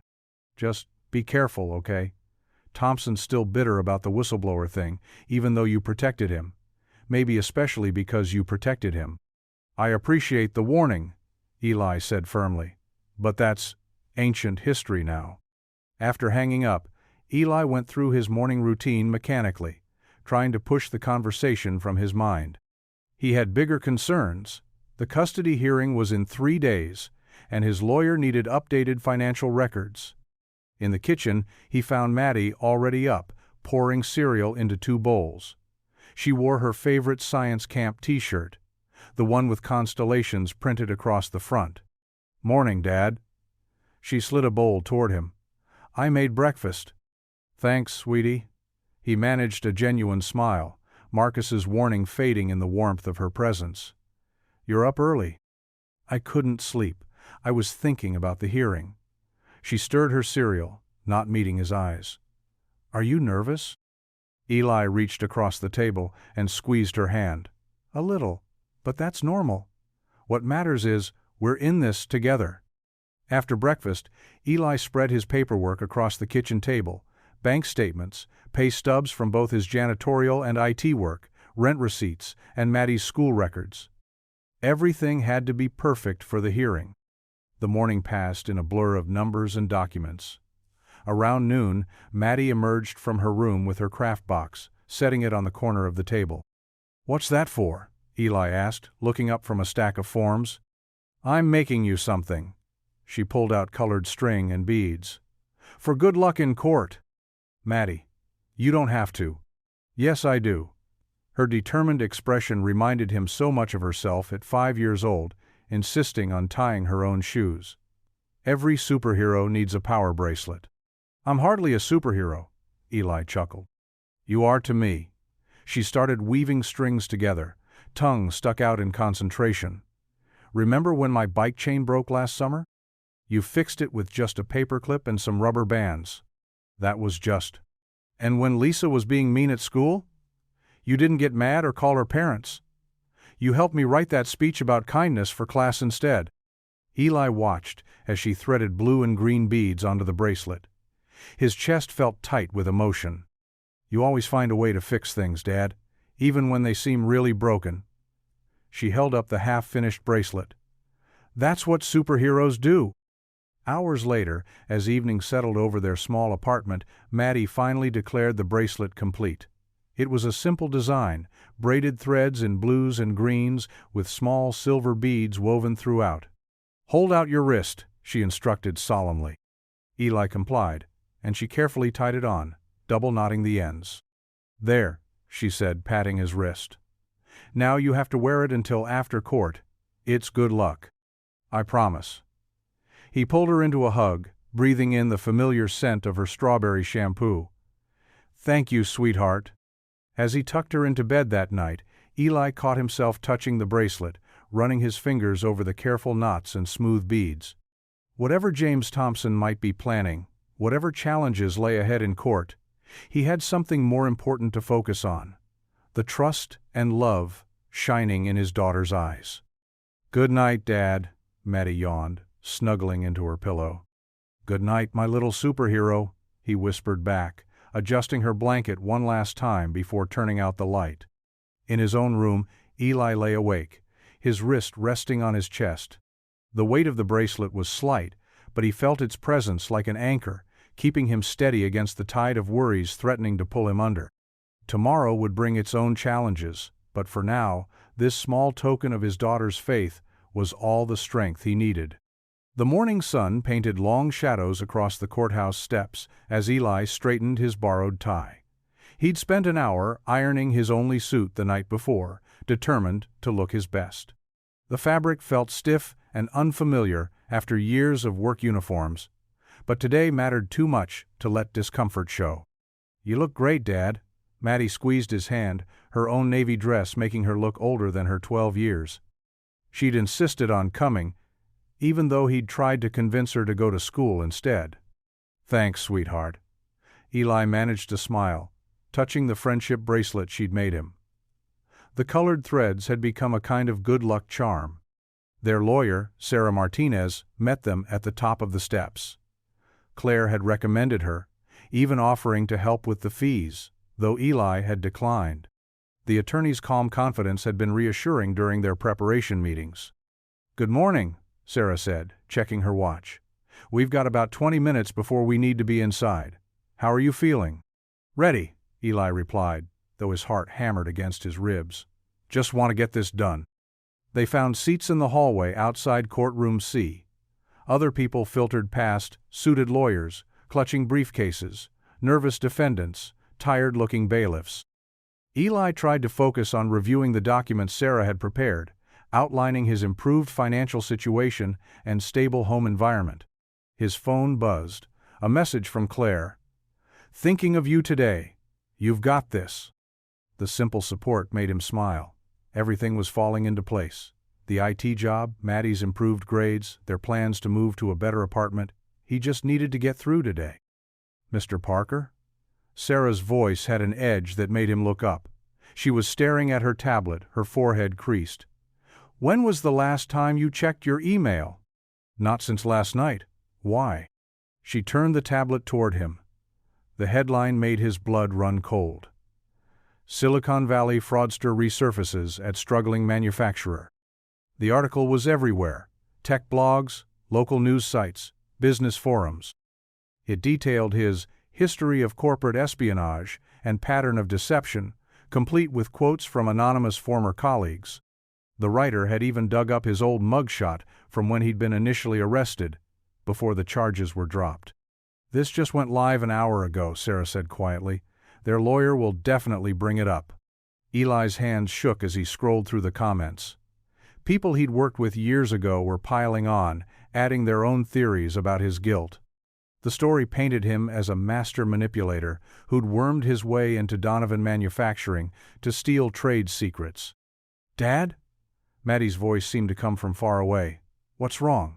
Before he could answer, the courtroom doors opened. Eli's ex-wife Lori swept in with her lawyer, both looking triumphant. They'd clearly seen the article. "Your Honor," Lori's attorney began as soon as the hearing started, "I'd like to submit new evidence regarding Mr. Parker's character and fitness as a parent." The judge, a stern-faced woman in her 60s, accepted the printed copy of the article. Her expression darkened as she read. "Mr. Parker," she said finally, "these are serious allegations. While I understand they're from past events, the timing and nature of this article raises concerns about ongoing issues that could affect the stability of your home environment." "Your Honor?" Sarah interjected. "These claims were investigated and dismissed years ago. Mr. Parker has maintained steady employment and—" "Nevertheless," the judge cut in, "I believe we need time to properly investigate these new developments." I'm postponing this hearing for 30 days to allow both parties to prepare additional documentation regarding Mr. Parker's employment history and current situation." The words hit Eli like physical blows. 30 more days of uncertainty. 30 more days of Lori having ammunition against him. "I'm sorry," Sarah whispered as they gathered their things. "We'll fight this. We just need time to—" Eli's phone buzzed again. This time it was a text from Claire. "Emergency board meeting called. They're questioning your position due to PR concerns. Please call me ASAP." He stared at the message, feeling the careful structure of his new life starting to crumble. Maddie pressed against his side, and he could feel her trembling. "It's not true," she said fiercely. "They can't believe those lies about you." But looking at the crowd of people in the hallway, many openly staring at him while whispering behind their hands, Eli knew the truth didn't always matter. Sometimes the story was enough to destroy everything you'd built. Outside the courthouse, the morning sun felt harsh and exposing. Eli loosened the tie that now felt like it was choking him. His phone kept buzzing with notifications. More news sites picking up the story, more comments, more judgment from people who didn't know the whole truth. Sarah touched his arm gently. "Go home, try to rest. We'll regroup tomorrow and figure out our next steps." But home meant facing the empty walls of their apartment, the dreams of moving now possibly shattered. Work meant facing suspicious colleagues and a board that might already have decided his fate.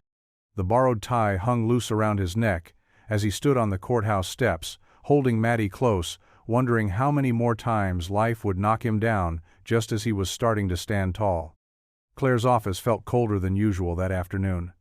The sunlight that normally streamed through her windows seemed muted, casting gray shadows across her usually bright space. She stood behind her desk, hands clasped tightly together, her face etched with concern as Eli entered. "I'm so sorry, Eli," she said, her voice tight with frustration. "The board called an emergency meeting this morning. Charles Redding led the charge." Eli nodded slowly, already knowing what was coming. He'd seen this before, the way companies distanced themselves when controversy arose. His hands felt heavy at his sides as he waited for the inevitable. "They're demanding you step down from the IT position," Claire continued, anger creeping into her tone. "At least, temporarily, until this situation is resolved. Charles convinced them the negative publicity could scare away investors." Eli's throat felt dry. "I understand." "I fought for you," Claire said, moving around her desk. "I told them about everything you've done for us, how much money you've saved the company. But Charles kept bringing up risk management and company image." "It's okay," Eli said quietly. "Really, I appreciate you trying." Claire's eyes flashed with determination. "This isn't right. The article is nothing but recycled lies. If we just... Fighting it will only make things worse." Eli interrupted gently. "I learned that lesson the hard way last time." He managed a small smile that didn't reach his eyes. "Besides, I still have my other job." Claire's face fell at his mention of the janitorial position. "Eli." "It's fine," he said quickly. "Really, I should get back to work." The drive home felt longer than usual. Each stoplight gave Eli more time to rehearse what he'd tell Maddie. When he finally pulled up to their apartment building, he saw her sitting on the front steps with her science project materials spread around her, waiting for him as she often did. The moment she saw his face, her smile faded. "Dad? What's wrong?" Eli sat down beside her on the cold concrete steps. "Hey kiddo, we need to talk." He explained as gently as he could, watching her expression crumble with each word. The light in her eyes, the one that had been growing brighter with each of his recent successes, dimmed noticeably. "But that's not fair," she protested, her voice cracking. "You were doing so good. Everyone said so." "Sometimes life isn't fair," Eli said softly, pulling her close. "But we'll get through this. We always do." "What about the custody hearing?" she whispered against his shoulder. Eli's chest tightened. "We'll figure something out. I promise." That night at work, Eli kept his head down as he moved through the familiar routine of emptying trash bins and mopping floors. The same people who had been praising his IT work days ago now awkwardly avoided his gaze when they passed. A few whispered behind their hands, no doubt discussing the article. The night shift felt endless. Each floor brought memories of problems he'd fixed, systems he'd improved. He'd felt so useful, so valued. Now he was back to being invisible. Around midnight his cart squeaked past the server room. Through the glass door he could see the blinking lights of the machines he'd worked on. A small red warning light caught his eye, a minor glitch in one of the backup systems. He knew exactly how to fix it. His fingers itched with muscle memory, remembering the keystrokes needed. Eli's hand moved toward the door handle, then stopped. Even a small fix could be seen as overstepping now. He couldn't risk making things worse. Instead, he gripped his mop handle tighter and continued down the dark hallway, leaving the blinking red light behind.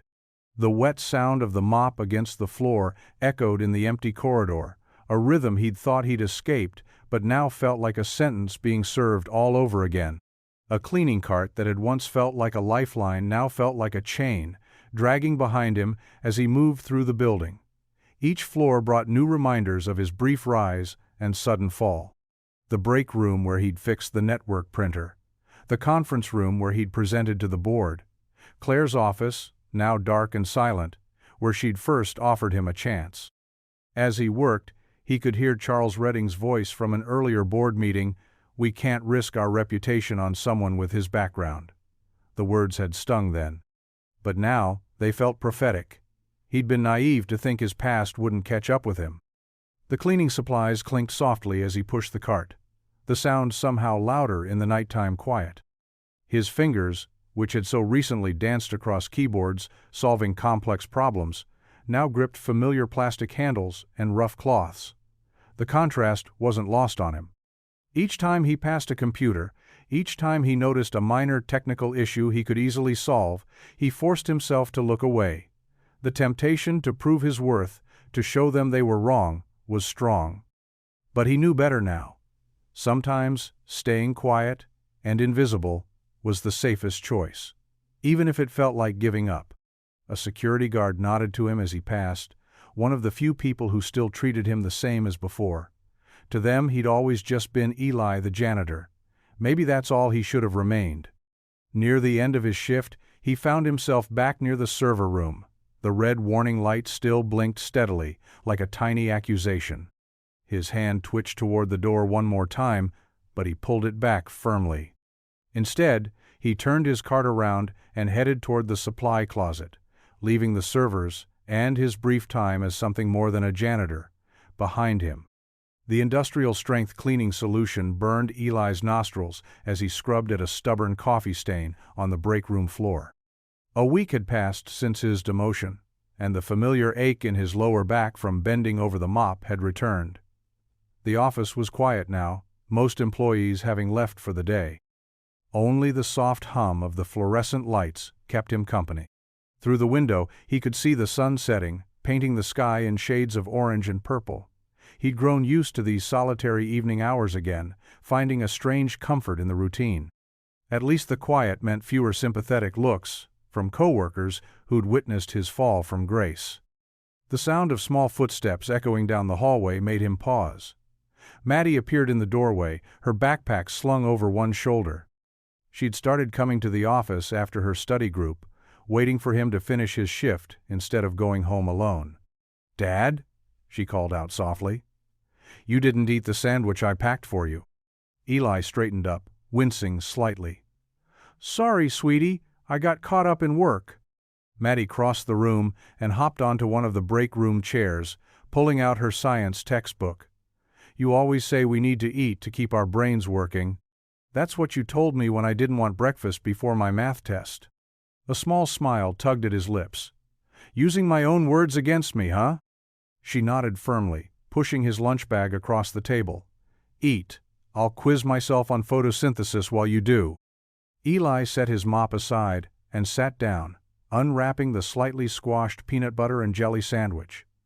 Maddie had cut off the crusts, just the way he used to do for her when she was younger. The simple gesture made his throat tight. "Dad?" Maddie looked up from her textbook. "Why did you stop trying to fix the computers?" Eli chewed slowly, buying time before answering. Sometimes it's better to step back when things get complicated. But you're really good at it. Everyone said so. She closed her book, fixing him with a serious look that reminded him so much of her mother. Reynolds says, giving up isn't the answer when things get hard. I'm not giving up, sweetheart. I'm just. He paused, searching for the right words. I'm being careful. Because of the custody thing? Her voice got smaller. Because of Mom? Eli reached across the table and squeezed her hand. Hey, don't worry about that stuff. That's grown-up business. But I'm not a little kid anymore, Maddie protested. And you always tell me to face my problems instead of running away from them. Before Eli could respond, movement in the hallway caught his attention. Claire stood in the doorway, her usual polished appearance slightly disheveled after a long day. She carried a manila envelope under her arm. I'm sorry to interrupt, she said, glancing between them. Maddie, would you mind if I borrowed your dad for a few minutes? Maddie shrugged, reopening her textbook. Only if you promise to tell him not to give up. Claire's lips curved into a warm smile. That's exactly what I came to do.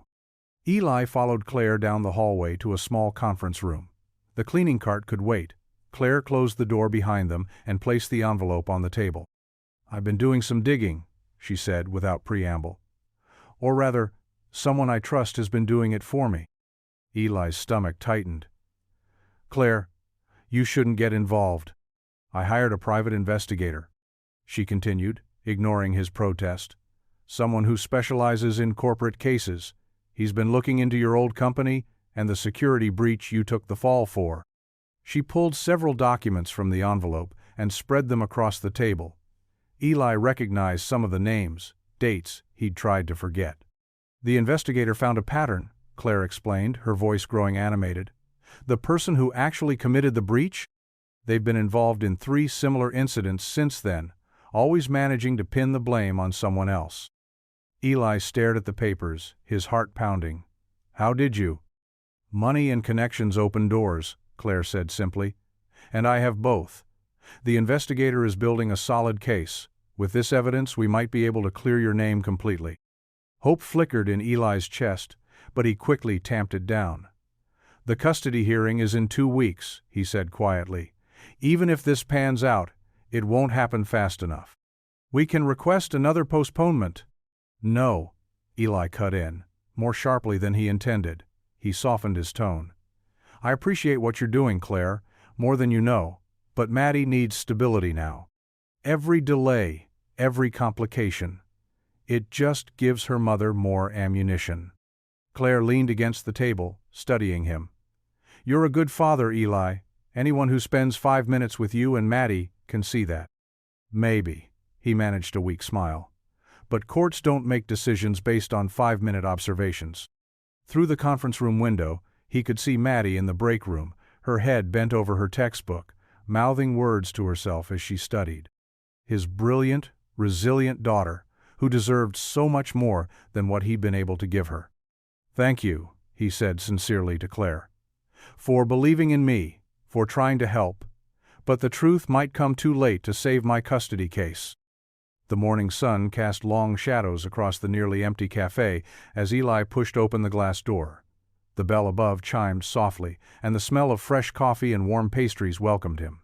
He spotted Claire immediately, sitting in a corner booth away from the windows, her laptop open and a thick manila folder beside her coffee cup. His work boots felt heavy on the polished floor as he made his way over.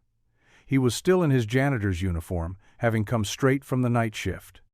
A few early morning customers gave him curious glances, probably wondering why someone dressed like him was meeting with a woman in an expensive business suit. Thanks for coming, Claire said, gesturing to the seat across from her. I ordered you coffee, black, right? Eli nodded, settling into the booth. You didn't have to do that. I wanted to. She closed her laptop and pushed it aside. How's Maddie holding up? She's tough. Eli wrapped his calloused hands around the warm coffee mug. Tougher than me sometimes. Still working on her science project, refuses to let any of this slow her down. Claire smiled, but there was determination in her eyes. That's good, because I have news that might help both of you. She pulled the manila folder closer and opened it. "Remember the private investigator I mentioned?" Eli's throat tightened. "Yeah. Well, he's been digging into your old case, and he found something interesting." She pulled out several papers, spreading them across the table. "The person who actually committed the security breach at your old company, James Morton?" "I remember," Eli said quietly, his coffee forgotten. "He was arrested 2 days ago in Seattle. Corporate espionage, data theft, the whole package." Claire tapped one of the documents. "And here's the best part. His method matches exactly what happened in your case. Same signature, same technical approach, everything." Eli leaned forward, scanning the papers. Police reports, court documents, technical analyses. It was all there. His heart began to race as he recognized the coding patterns described in the reports. They were identical to what he'd been accused of years ago. "There's more," Claire continued, pulling out another document. "The investigator found emails from that time period. Morton was working with someone inside the company who helped cover his tracks. That person has already agreed to testify about what really happened." Eli's hands trembled slightly as he picked up the email printouts. This is everything I couldn't prove back then. The investigator's prepared to testify too. He's got a solid reputation with the courts." Claire leaned forward, her voice intense. "Eli, this could change everything. Not just the custody case. We could clear your name completely." He stared at the documents, memories flooding back. The late nights he'd spent trying to trace the breach. The moment he'd realized who was responsible.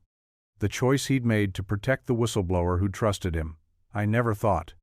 "You never thought you'd get the chance to prove your innocence?" Claire finished softly. "But now you can. And the board can't ignore this either. Once this evidence comes to light, they'll have to reconsider their position." A barista approached with fresh coffee, and they fell silent until she left. Eli took a deep breath, trying to steady his emotions. "Even if this works, it's been years. My reputation—" "Can be rebuilt," Claire cut in firmly. "You've already proved yourself at Donovan Manufacturing. Once people know the truth, other opportunities will follow." She gathered the papers back into the folder. "The question is, are you ready to fight?" Eli thought of Maddie's face when he'd had to tell her he was back to being just a janitor. The way she still believed in him, even when he'd stopped believing in himself.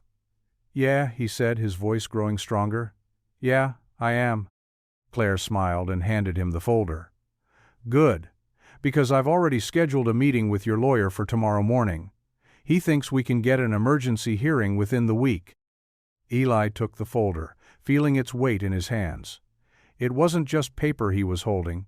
It was a chance to reclaim everything he'd lost. A chance to give Maddie the life she deserved. A chance to be proud of himself again. "Claire, I don't know how to thank you." "You can thank me by winning this thing," she said, standing up and gathering her things. "And, Eli, when this is over, we'll need to talk about a permanent position in the IT department, one that matches your actual skills." He clutched the folder tightly, feeling something he hadn't felt in years. Hope, real and solid and tangible. The morning sun streaming through the cafe windows seemed brighter somehow, and for the first time in days, he could imagine a future beyond just surviving. "I should get this to my lawyer," he said, rising from the booth. "And I need to tell Maddie." Claire nodded, understanding in her eyes. "Go." "And Eli? Whatever happens next, you're not alone in this fight anymore." With the folder of evidence held close, Eli walked out of the cafe into the morning light. Each step felt lighter than the last, as if the weight of his past was finally beginning to lift from his shoulders. The courthouse's marble halls echoed with footsteps, as Eli and Maddie made their way to Courtroom B. Sunlight streamed through tall windows, casting long rectangles of light across the polished floor. Eli's hands trembled slightly as he straightened his borrowed tie, the same one he'd worn to his last hearing. Maddie walked close beside him, her school backpack clutched to her chest like a shield. She'd insisted on coming, even though it meant missing her morning classes. Her faith in him had never wavered, not even during the darkest moments of the past few weeks. "Dad," she whispered, reaching for his hand. Remember what you always tell me before a big test? Eli glanced down at her, managing a small smile. Take deep breaths and believe in yourself. She squeezed his fingers. Like I believe in you. Their lawyer, Sarah Chen, waited outside the courtroom doors, her professional demeanor softened by an encouraging smile. The manila folder in her hands contained everything: the private investigator's findings, police reports from the new arrest, and sworn statements from former colleagues who'd finally come forward. Ready? Sarah asked, checking her watch. We have a strong case, Eli. The truth is finally on our side. Inside the courtroom, Eli's ex-wife Lori sat with her attorney at the plaintiff's table. She didn't look their way as they entered, but Eli noticed how tightly she gripped her water glass. The judge's bench loomed ahead, empty for now, while the morning sun painted everything in shades of amber through the high windows. Maddie squeezed onto the bench beside him in the gallery, her shoulder pressed against his arm. The familiar scent of her strawberry shampoo helped calm his racing heart. A few rows back, he heard the courtroom door open again, and sensed, rather than saw Claire, slip quietly into a seat. Judge Harrison entered, her black robes swishing as she took her place.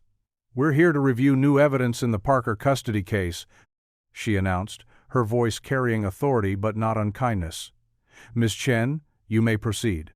Sarah stood, her heels clicking against the floor as she approached the bench. Your Honor, we have conclusive evidence that Mr. Parker's previous involvement in the Silicon Valley security breach was, in fact, a case of wrongful accusation. She began methodically presenting the documents, police reports showing the arrest of Marcus Webb, Eli's former colleague, for corporate espionage. Bank records proving Webb had been the one who'd accessed and sold sensitive data. Sworn testimonies from 3 other engineers who'd witnessed Webb's actions but had been too afraid to come forward at the time. Furthermore, Sarah continued, Mr. Parker's decision to accept blame was not an admission of guilt, but rather an attempt to protect a whistleblower who was exposing dangerous corporate practices. That whistleblower has now provided a detailed statement. Judge Harrison studied each document carefully, her expression thoughtful. Eli felt Maddie's hand slip into his again, and he held on tight. Miss Chen? The judge said finally, looking up. This evidence appears quite substantial. Mr. Parker's career sacrifice, viewed in this new light, speaks to his character rather than against it. Lori's attorney stood to object, but the judge held up her hand. I've reviewed your client's concerns about stability. However, Mr. Parker has maintained steady employment even in difficult circumstances, kept his daughter in school with excellent attendance, and now holds a promising position in his field again. She turned to address Eli directly. Mr. Parker, your dedication to your daughter's welfare is evident. You've worked multiple jobs, lived modestly, and made significant sacrifices to maintain custody. That shows precisely the kind of stability children need, not just financial, but emotional and moral. Maddie's grip on his hand tightened. Eli could feel her practically vibrating with hope beside him. Given this new evidence, and Mr. Parker's demonstrated commitment to his child's well-being, I'm prepared to rule. Judge Harrison's voice carried clearly through the hushed courtroom. The petition for change of custody is denied. Mr. Parker will retain primary custody of Madison Parker, with the existing visitation schedule to continue. The words took a moment to sink in. Eli felt Maddie's arms wrap around his waist in a fierce hug, and he pulled her close, his vision blurring slightly. I knew it, Dad, she whispered against his shirt. I knew you'd win. They stood together as the judge finalized the paperwork. Lori's attorney gathered his things quickly, but Lori herself lingered for a moment. She caught Eli's eye across the courtroom and gave a small, almost imperceptible nod before leaving. Sarah gathered their documents, smiling as she shook Eli's hand. Congratulations, she said warmly. You deserve this victory. As they walked toward the courthouse doors, Maddie skipped ahead, her backpack bouncing with each step. Sunlight streamed through the entrance, and for the first time in months, Eli felt its warmth without the weight of fear pressing down on his shoulders. Hey, Dad? Maddie turned back to him, her face glowing. Can we get ice cream to celebrate? Ice cream for breakfast? Eli raised an eyebrow, but he couldn't stop smiling. What kind of parent would that make me? The best kind, she laughed, taking his hand again. The absolutely best kind. They pushed through the heavy courthouse doors together, stepping out into the bright morning. The spring air felt fresh and full of possibility, carrying the scent of blooming trees from the park across the street. Eli looked down at his daughter, her face tilted up to his with complete trust and joy, and knew that everything, every struggle, every late night, every moment of doubt, had been worth it for this. Walking down the courthouse steps, their matched smiles reflected the simple truth they'd always known. They belonged together. The late afternoon sun cast long shadows through the windows of Donovan Manufacturing as Eli pushed his cleaning cart down the familiar hallway one last time. The building felt different now, lighter somehow, as if the truth had cleared away more than just his name. He'd come to return his cleaning supplies and thank Claire before starting his job search somewhere new. The executive floor was quiet, except for the soft hum of the air conditioning. Eli paused by the supply closet, remembering that first night when Claire had burst out of her office with the crashed laptop. It felt like a lifetime ago. As he organized the cleaning supplies on their designated shelves, voices drifted from the conference room. He recognized Claire's confident tone, mixed with the deeper rumble of Charles Redding and other board members. Eli tried to make himself scarce. He'd come back later to say goodbye. "Mr. Parker?" Charles Redding's voice made him freeze. "Would you join us for a moment?" Eli turned slowly, conscious of his worn janitor's uniform. The entire board sat around the polished conference table, with Claire at the head. Her smile was warm and knowing. "Please, sit down," she said, gesturing to an empty chair. Eli settled into the leather seat, his back straight, hands folded carefully in his lap. The last time he'd been in this room, he'd been presenting his IT solutions. Now he wasn't sure what to expect. Charles Redding cleared his throat. "Mr. Parker, we owe you an apology." He adjusted his wire-rimmed glasses, looking genuinely contrite. "When the allegations resurfaced, we acted hastily out of fear for the company's reputation.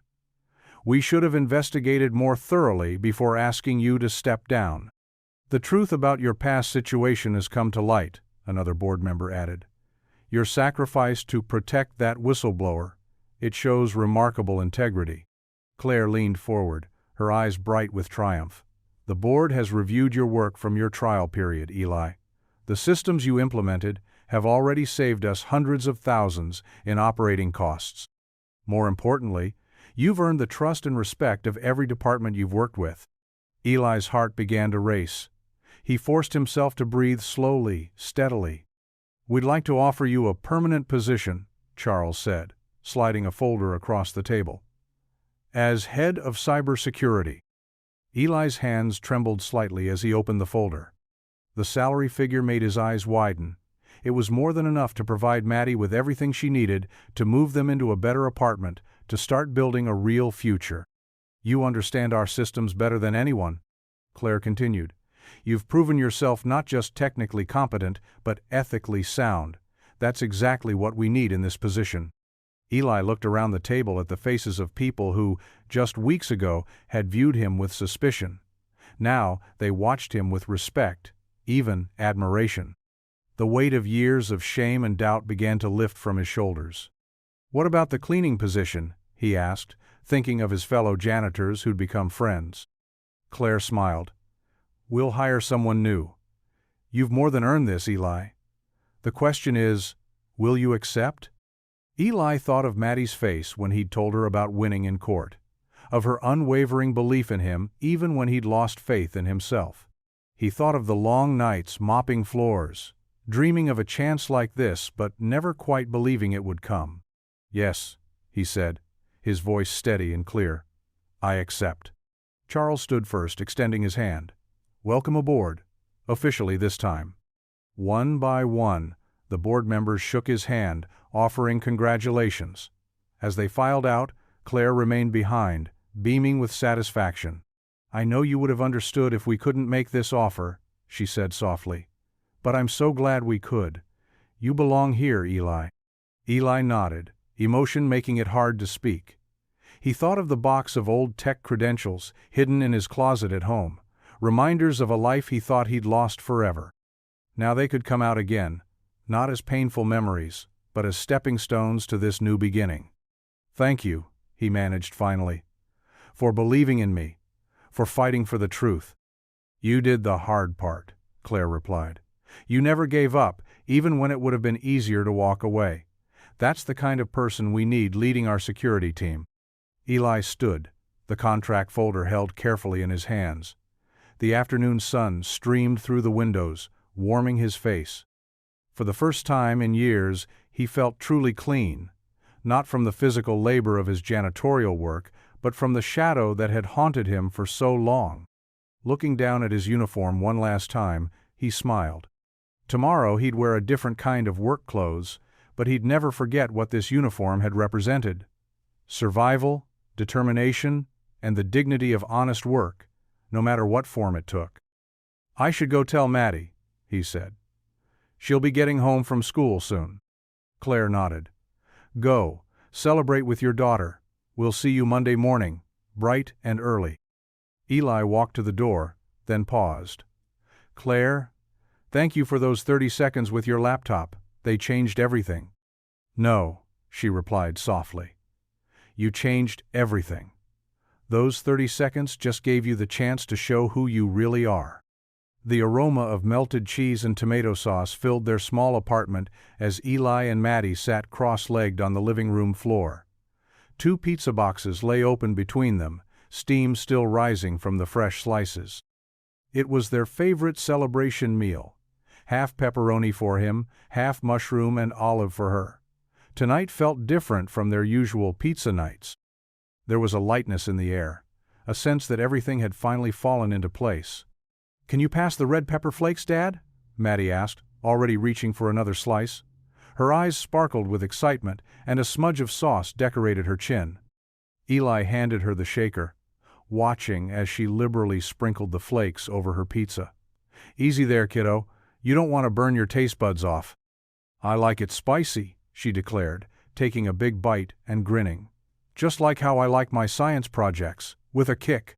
Speaking of which, she jumped up, pizza slice still in hand, and hurried to her room.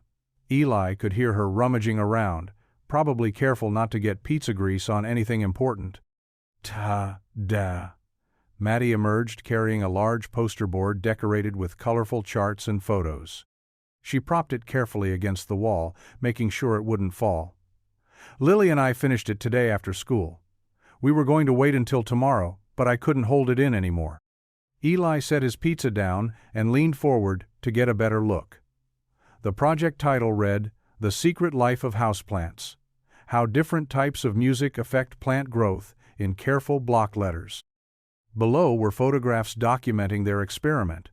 3 identical plants, each exposed to different genres of music over several weeks. "See?" Maddie pointed excitedly to the results chart. "The plant that listened to classical music grew the tallest. Lily's mom helped us with the measurements, but we did all the graphs ourselves. This is incredible work, sweetheart." Eli studied the detailed observations they'd recorded. "Your teacher's going to be impressed." Maddie bounced on her toes, barely containing her enthusiasm. "I can't wait to show Ms. Thompson tomorrow, especially now that my dad's a big deal again." Eli nearly choked on his pizza. "A big deal?" "Yeah." Maddie flopped back down beside him, reaching for her abandoned slice. "Lily told everyone at school that her aunt gave you this super important job because you're like a computer genius or something." "Oh, did she now?" Eli raised an eyebrow, amused by his daughter's interpretation of events. "Uh-huh. And now Jenny Williams, who always brags about her dad's fancy car dealership, can't say anything anymore, because saving whole companies is way cooler than selling cars." Eli couldn't help but laugh. The pure, unfiltered pride in Maddie's voice made his heart swell. He reached over and pulled her into a tight hug, not caring that she still had pizza in her hands. "Dad," she squealed, trying to keep her slice from falling. "You're squishing me." "That's what dads do," he said, giving her an extra squeeze before letting go. "We squish our daughters when they make us proud." Maddie's giggles filled the room as she settled back against the couch, pizza safely recovered. "I'm really glad we don't have to move anymore," she said after a moment, her voice softer. "I like it here. I like having Lily as my friend, and I like that you're happy again." Eli felt his throat tighten with emotion. He remembered all the times they'd had to pack up and start over, how Maddie never complained even when he knew it was hard on her. "I like it here too, kiddo. Plus," Maddie added, reaching for another slice, "this pizza place is the best. We have to stay just for their crust." Their laughter echoed through the apartment, mixing with the warm, comforting smell of pizza and the satisfied feeling of being exactly where they were meant to be. Maddie launched into a detailed explanation of how they'd set up their plant experiment, complete with dramatic reenactments of Lily dancing to make sure the rock and roll plant got the full concert experience. As Eli listened to her animated story, he noticed little details he'd missed before. How she'd grown more confident, how her smile came easier now, how she no longer watched him with worried eyes when she thought he wasn't looking.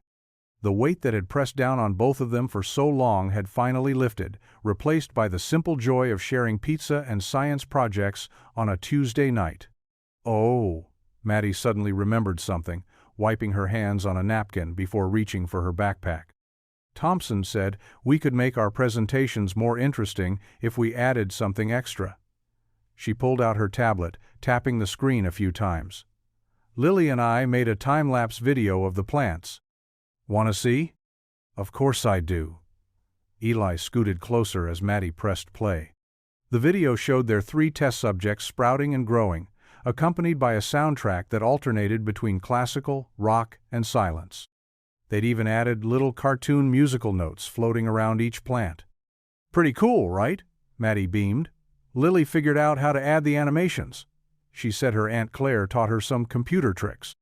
"Very cool," Eli agreed, impressed by their creativity. "You two make quite a team." "Yeah, we do." Maddie's face lit up with pride. "Just like you and Claire make a good team fixing the company's computers." Eli smiled, remembering how a simple laptop repair had set everything in motion. Sometimes the best things in life come from unexpected moments. They spent the rest of the evening going over Maddie's presentation, practicing her talking points between bites of pizza. The apartment filled with warmth, not just from the food, but from the joy of sharing this moment together.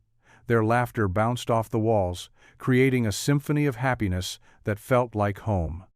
Spring sunshine streamed through the windows of Donovan Manufacturing's IT department as Eli Parker leaned back in his chair, studying lines of code on his dual monitors. The office hummed with the familiar sound of keyboards, clicking, and quiet conversations.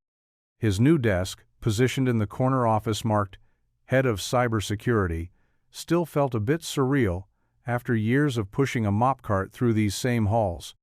A framed photo of Maddie sat next to his computer, her bright smile reminding him of how far they'd come. Next to it was a small cactus, a office-warming gift from Claire, with a note that read, "Hard to kill, just like your spirit." "Mr. Parker?" Tommy, one of the junior IT staff, poked his head in. "The new firewall's up and running. Want to check it?" Eli nodded, pulling up the security dashboard. "Nice work, Tommy. Much cleaner than the old system." He pointed out a few minor adjustments, teaching rather than criticizing. His team had quickly learned to appreciate his patient approach and vast knowledge. Later that afternoon, Eli checked his phone during a break. There was a text from Maddie. "First day of coding class was awesome. Miss Chen says I'm a natural." He smiled, remembering how excited she'd been when he suggested the after-school program. It had started with her watching him work on some basic programming at home, asking endless questions about what each line meant. When she'd expressed interest in learning more, he'd immediately looked up local classes. The door opened, and Claire walked in, carrying 2 coffee cups. "Thought you might need this," she said, setting one on his desk. "How's the new security protocol coming along?" "Ahead of schedule," Eli replied, taking a grateful sip. "The team's really stepped up." Claire settled into the chair across from him. "They respect you." and not just for your technical skills. She glanced at Maddie's photo. How's she liking the coding classes? Loving them. Actually sent me a text about it just now. He showed her the message. Like father, like daughter. Claire chuckled. You know, the board's talking about starting a summer internship program for high school students. Might be something for her to consider in a few years. Eli felt a warmth in his chest that had nothing to do with the coffee. The future held so many possibilities now, for both of them. That evening, Eli left work early to pick up Maddie from her coding class. She bounded out of the building, her backpack covered in new programming-themed buttons and stickers. "Dad, we learned about loops today," she exclaimed, climbing into the car. "And Miss Chen showed us how to make a simple game." Her enthusiasm reminded him of himself at her age, when he'd first discovered the magic of coding. "That's great, kiddo," he said, pulling away from the curb. "Maybe you can show me what you learned after dinner?" Actually, Maddie hesitated, fidgeting with her backpack strap. "Lily invited me over for a study session. Can I go? Her mom said she'd drive me home." Eli checked his watch. It was perfect timing. He had an appointment he hadn't told her about yet. "Sure, just be home by 8, okay? I might have some news for you later." After dropping Maddie at Lily's house, Eli drove across town to meet with Sarah, his real estate agent. They'd been working together for weeks, looking for the right place. Today, she'd called with exciting news. "The sellers accepted your offer," Sarah announced as soon as he walked into her office. She spread out the paperwork on her desk. "With your new position and credit history, the banks approved the mortgage. We can close in 30 days. Eli stared at the photos of the small 3-bedroom house. It had a yard where Maddie could hang out with friends, a garage he could turn into a workshop, and most importantly, it was in their current school district. No more cramped apartment, no more explaining to custody judges why they move so often. "It's really happening?" he asked, still somewhat disbelieving. Sarah smiled warmly. "It's really happening, Mr. Parker. Just need your signature here and here." By 8 o'clock, Eli was home, sitting on their worn couch with a folder of house documents hidden behind his back. He heard Maddie's key in the lock and straightened up. "Dad," she called out, bursting through the door. "Lily helped me debug my game code. Want to see?" "In a minute," he said, patting the couch beside him. "Come sit down first. I have something to tell you." Maddie's expression turned curious as she dropped her backpack and settled next to him. "Is everything okay?" "Everything's perfect," he assured her. "Remember how we talked about maybe finding a bigger place someday?" She nodded slowly. "Yeah." Eli pulled out the folder and handed it to her. "Well, how does someday being about 30 days from now sound?"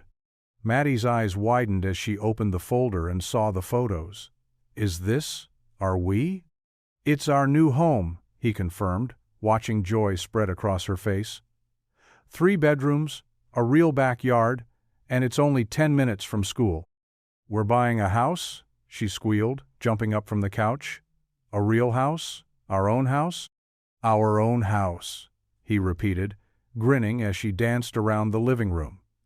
"No more moving around, no more rental applications. This one's ours."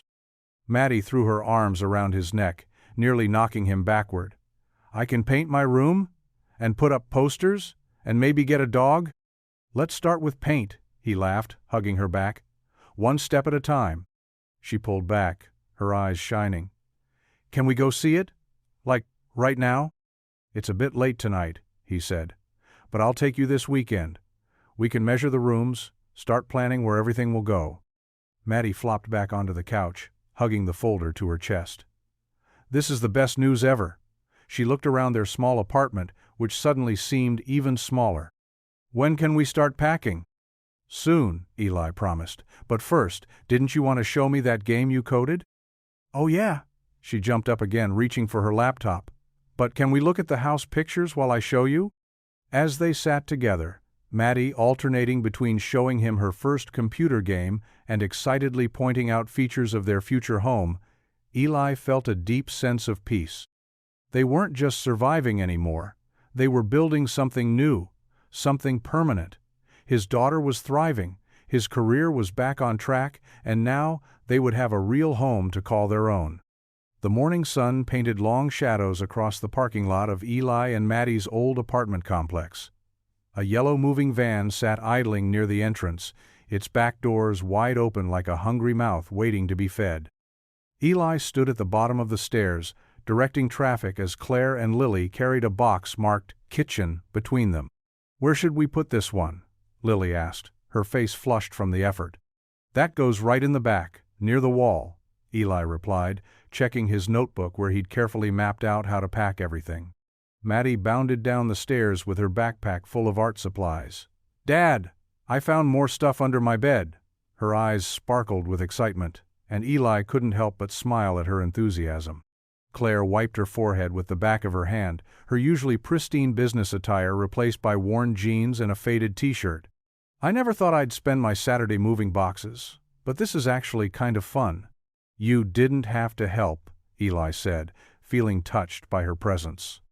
"Of course we did," Lily chimed in, already heading back up the stairs with Maddie. "That's what friends are for." The girls' laughter echoed down the stairwell as they disappeared into the apartment. Eli watched them go, still amazed at how naturally their friendship had developed. The sound of their giggling mixed with the squeak of their sneakers on the metal stairs filled the morning air. "They're good for each other," Claire observed, standing beside him. "Lily talks about Maddie all the time at home."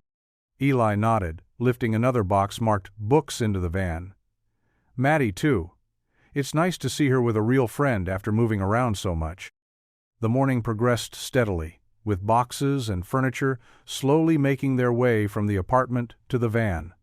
Old Mrs. Prophet Henderson from next door brought them lemonade, saying she'd miss seeing Maddie's smile every morning.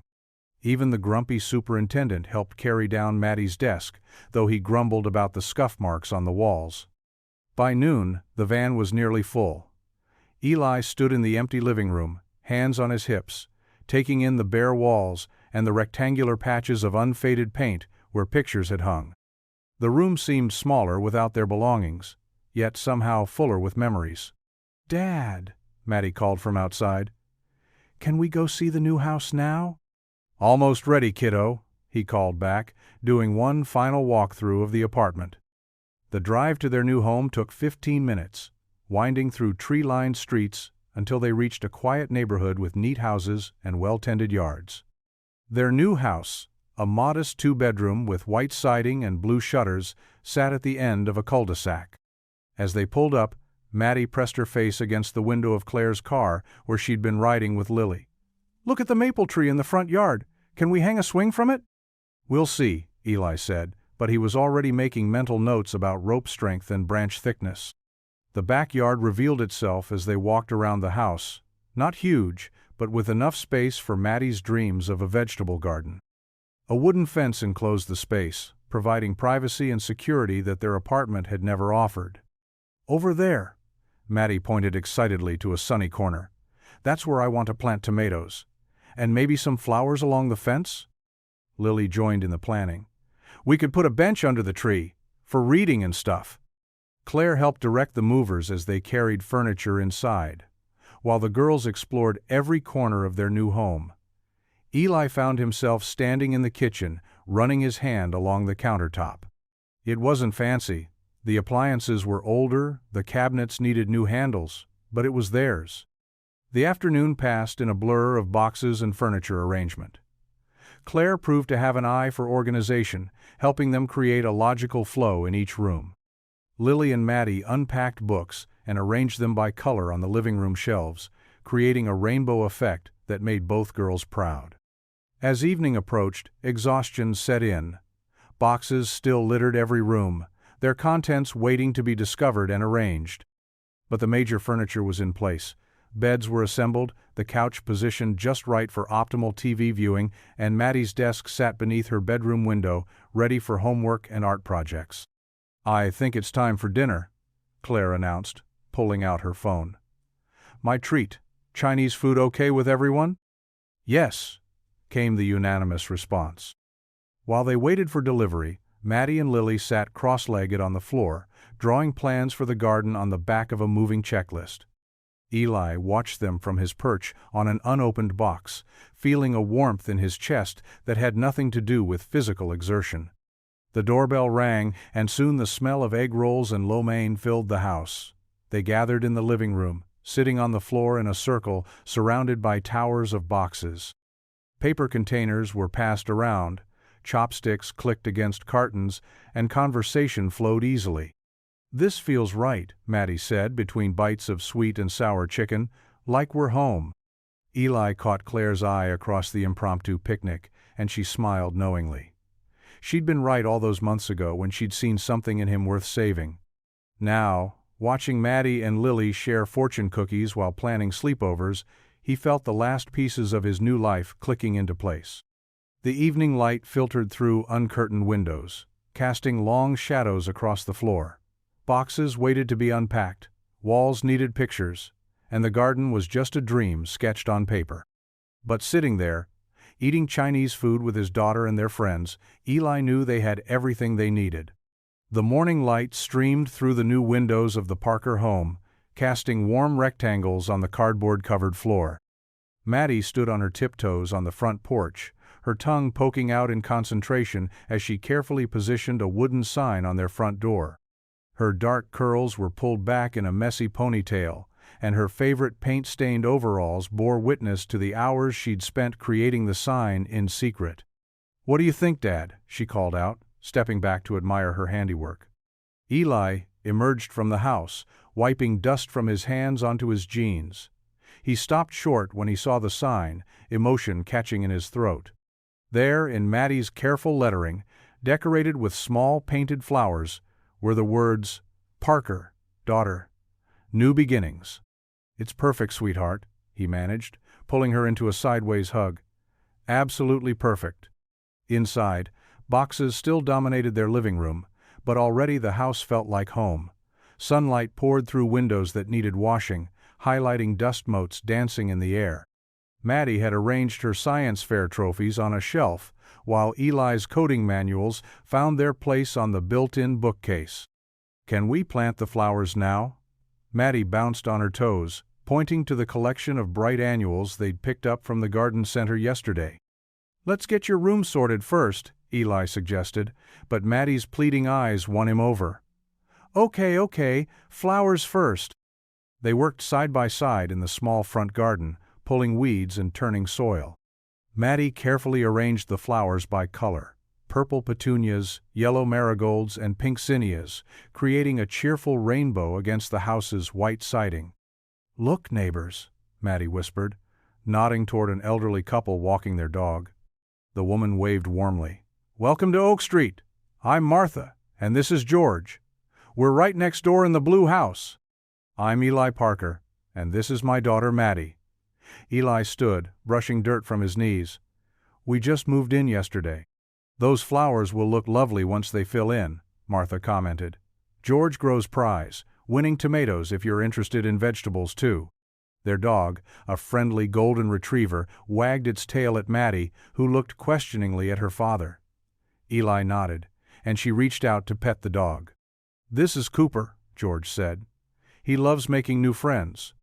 As they chatted, a familiar car pulled into the driveway. Claire stepped out, carrying a wrapped package. "I come bearing housewarming gifts," she announced, joining them on the lawn.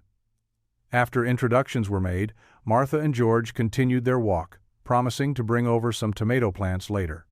Inside, Claire helped them unpack boxes, while Maddie eagerly showed her around the house. "And this is my room," she declared proudly, gesturing to the space where she'd already hung fairy lights and arranged her stuffed animals. "It's wonderful," Claire smiled. "Oh, that reminds me, I brought something for you both." She handed over the package. Maddie helped her father unwrap it, revealing a beautifully framed photograph. It showed Eli and Maddie at the recent science fair, both beaming with pride as she held up her winning project. The moment had been captured perfectly. Eli's arm around his daughter's shoulders, Maddie's face glowing with achievement. "Claire, this is." Eli trailed off, touched by the thoughtfulness of the gift. "It belongs here," Claire said simply. "In your new home." They found the perfect spot for it above the fireplace, where sunshine from the west-facing windows would highlight it each afternoon. Maddie insisted on hanging it right away, supervising as Eli carefully measured and marked the wall. The rest of the day passed in a blur of productive activity. They unpacked kitchen boxes, arranged furniture, and broke down empty cardboard boxes. Neighbors stopped by periodically to introduce themselves, each bringing small welcomes, cookies, potted plants, local takeout menus. As evening approached, the chaos slowly transformed into order. Maddie's room was fully arranged, complete with her desk positioned perfectly beneath the window. The kitchen shelves were stocked, bathroom towels hung, and most of the boxes had been cleared away. Eli ordered pizza for dinner, and they ate it on the front porch, watching the sun begin its descent. The spring air was warm and sweet, with the scent of their newly planted flowers. Somewhere nearby, a robin sang its evening song. "Look, Dad!" Maddie suddenly exclaimed, pointing to the darkening yard. Tiny lights had begun to blink in the grass, the first fireflies of the season. She jumped up from her spot on the porch steps, racing out to chase the magical insects. Her laughter echoed across the lawn as she danced among the floating lights, arms outstretched, like she was conducting an orchestra of stars. Eli watched from his perch on the steps, contentment settling deep in his chest. Claire sat beside him, both of them smiling at Maddie's joy. "You did it, Eli," Claire said softly. "You really did it." He nodded, unable to find words for the gratitude he felt. For this moment, for this home, for the second chance that had changed everything. Instead, he watched his daughter twirl in the twilight, her silhouette backlit by the warm glow from their new home's windows. Maddie spun back toward them, her cupped hands held carefully in front of her. "Look what I caught," she whispered excitedly. A firefly blinked between her fingers, casting a gentle glow on her delighted face. "Make a wish and let it go," Eli suggested. Maddie closed her eyes for a moment, then opened her hands. The firefly lifted away, joining its companions in their luminous dance across the yard. She flopped down on the grass, sighing happily. "We don't have to wish any more, Dad," she said. "We're already home." The evening settled softly around their new home, bringing with it the gentle chirp of crickets and the distant rustle of leaves. Maddie sat cross-legged on her bed, surrounded by half-unpacked boxes labeled "Maddie's Room" in Eli's neat handwriting. Her new bedroom was smaller than the one in their apartment, but it had a window seat where she could read and watch the stars. "Did you brush your teeth?" Eli asked, leaning against the doorframe. The sight of his daughter, in her space-themed pajamas, hair still damp from her shower, made his heart swell. "Twice," Maddie grinned, showing off her pearly whites. "And I put away all my books on the new shelf." She pointed proudly to the wooden bookcase Claire had helped them assemble earlier. Eli sat on the edge of her bed, careful not to disturb the constellation of stuffed animals she'd arranged. "You did good today, kiddo. The house already feels like home because of you." "It's because we're together," Maddie said, her voice carrying that simple wisdom children sometimes possess. She grabbed his hand, tracing the fading calluses with her finger. "Your hands are different now." Eli looked down at his palms, remembering the years of gripping mop handles and scrubbing floors. "They are, aren't they?" "But they're still dad hands," Maddie declared, giving them a squeeze. "The best kind for hugs, and making pancakes and fixing computers." Eli pulled her into a tight embrace, breathing in the fruity scent of her shampoo. "No matter what happens, Maddie girl, we'll always have each other. That's the most important thing." "Promise?" she whispered into his shoulder. "Double promise with sprinkles on top," he replied, using their old saying from when she was little. Maddie giggled and snuggled under her covers, the glow-in-the-dark stars on her ceiling beginning to shine as darkness crept in. "Dad?" she asked as he stood to leave. "Can you leave the door open a little, just for tonight?" "Of course," Eli said softly. He adjusted her nightlight, shaped like a crescent moon, and left the door ajar, just enough for a sliver of hallway light to peek through. Outside, the summer night beckoned. Eli stepped onto their front porch, the wooden boards still unfamiliar under his feet. The porch light cast a warm glow on Maddie's handmade sign, Parker, daughter, new beginnings. Each letter had been carefully painted with tiny flowers around the edges.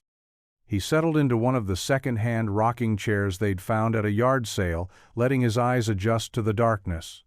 Above him, stars dotted the sky like distant diamonds, clearer here than they'd ever been in their old neighborhood. A gentle breeze carried the scent of freshly cut grass, and the jasmine Claire had helped them plant that afternoon. For the first time in years, Eli felt peace settle over him like a comfortable blanket. His fingers, no longer rough from cleaning supplies, absently typed out a security sequence on his knee, a habit he'd developed since taking over as head of cybersecurity. These same hands, that had once pushed mop buckets, now protected an entire company's digital infrastructure. The change still amazed him. Just months ago, he'd been avoiding eye contact with executives, trying to blend into the background. Now he had his own office, a team that respected him, and most importantly, a permanent home with his daughter. Inside, he could hear Maddie's bedside clock ticking softly through the open window. The sound reminded him of how time had finally turned in their favor. No more night shifts, no more scraping by, no more fear of losing what mattered most. The porch light illuminated his hands as he held them up, examining them in the golden glow. The calluses were fading, replaced by the slight indentations that came from hours at a keyboard. But Maddie was right. They were still dad hands, hands that could make her favorite breakfast, help with science projects, and yes, write code that kept their company safe. A car passed by slowly, its headlights sweeping across the front yard. Their new neighbor from across the street waved, and Eli raised his hand in return. It felt good to be acknowledged, to be seen as more than just someone in the background. The night air grew cooler, and Eli stood, stretching. Through the front window he could see the warm light spilling from their living room lamp onto the half-assembled furniture and scattered moving boxes. Each box represented a piece of their life together, waiting to find its place in their new home. He walked to the door, his hand resting on the knob. The metal was cool against his palm, grounding him in this moment. Behind him, crickets serenaded the night. Ahead of him, the soft sounds of his daughter's gentle breathing drifted down the hallway. Eli stepped inside, the warmth of their home embracing him. The light from the living room spilled onto the porch through the doorway one last time, like a final brushstroke on the canvas of their day. As he closed the door quietly, the lock clicking into place, he felt it seal more than just their physical space. It sealed the promise of their new life together. The sign Maddie had made caught the last glimmer of light before the door shut completely. New beginnings, indeed, he thought, finally feeling worthy of those words. What would you do if you were in their place? Comment your answer below and let's see how you'd rewrite the ending. If you thought this was just the beginning, you're right. Click through and see where the story takes you next. If you enjoyed the story of Eli Parker, I handpicked the next story that you will enjoy. Please don't miss this one. Click here to watch it.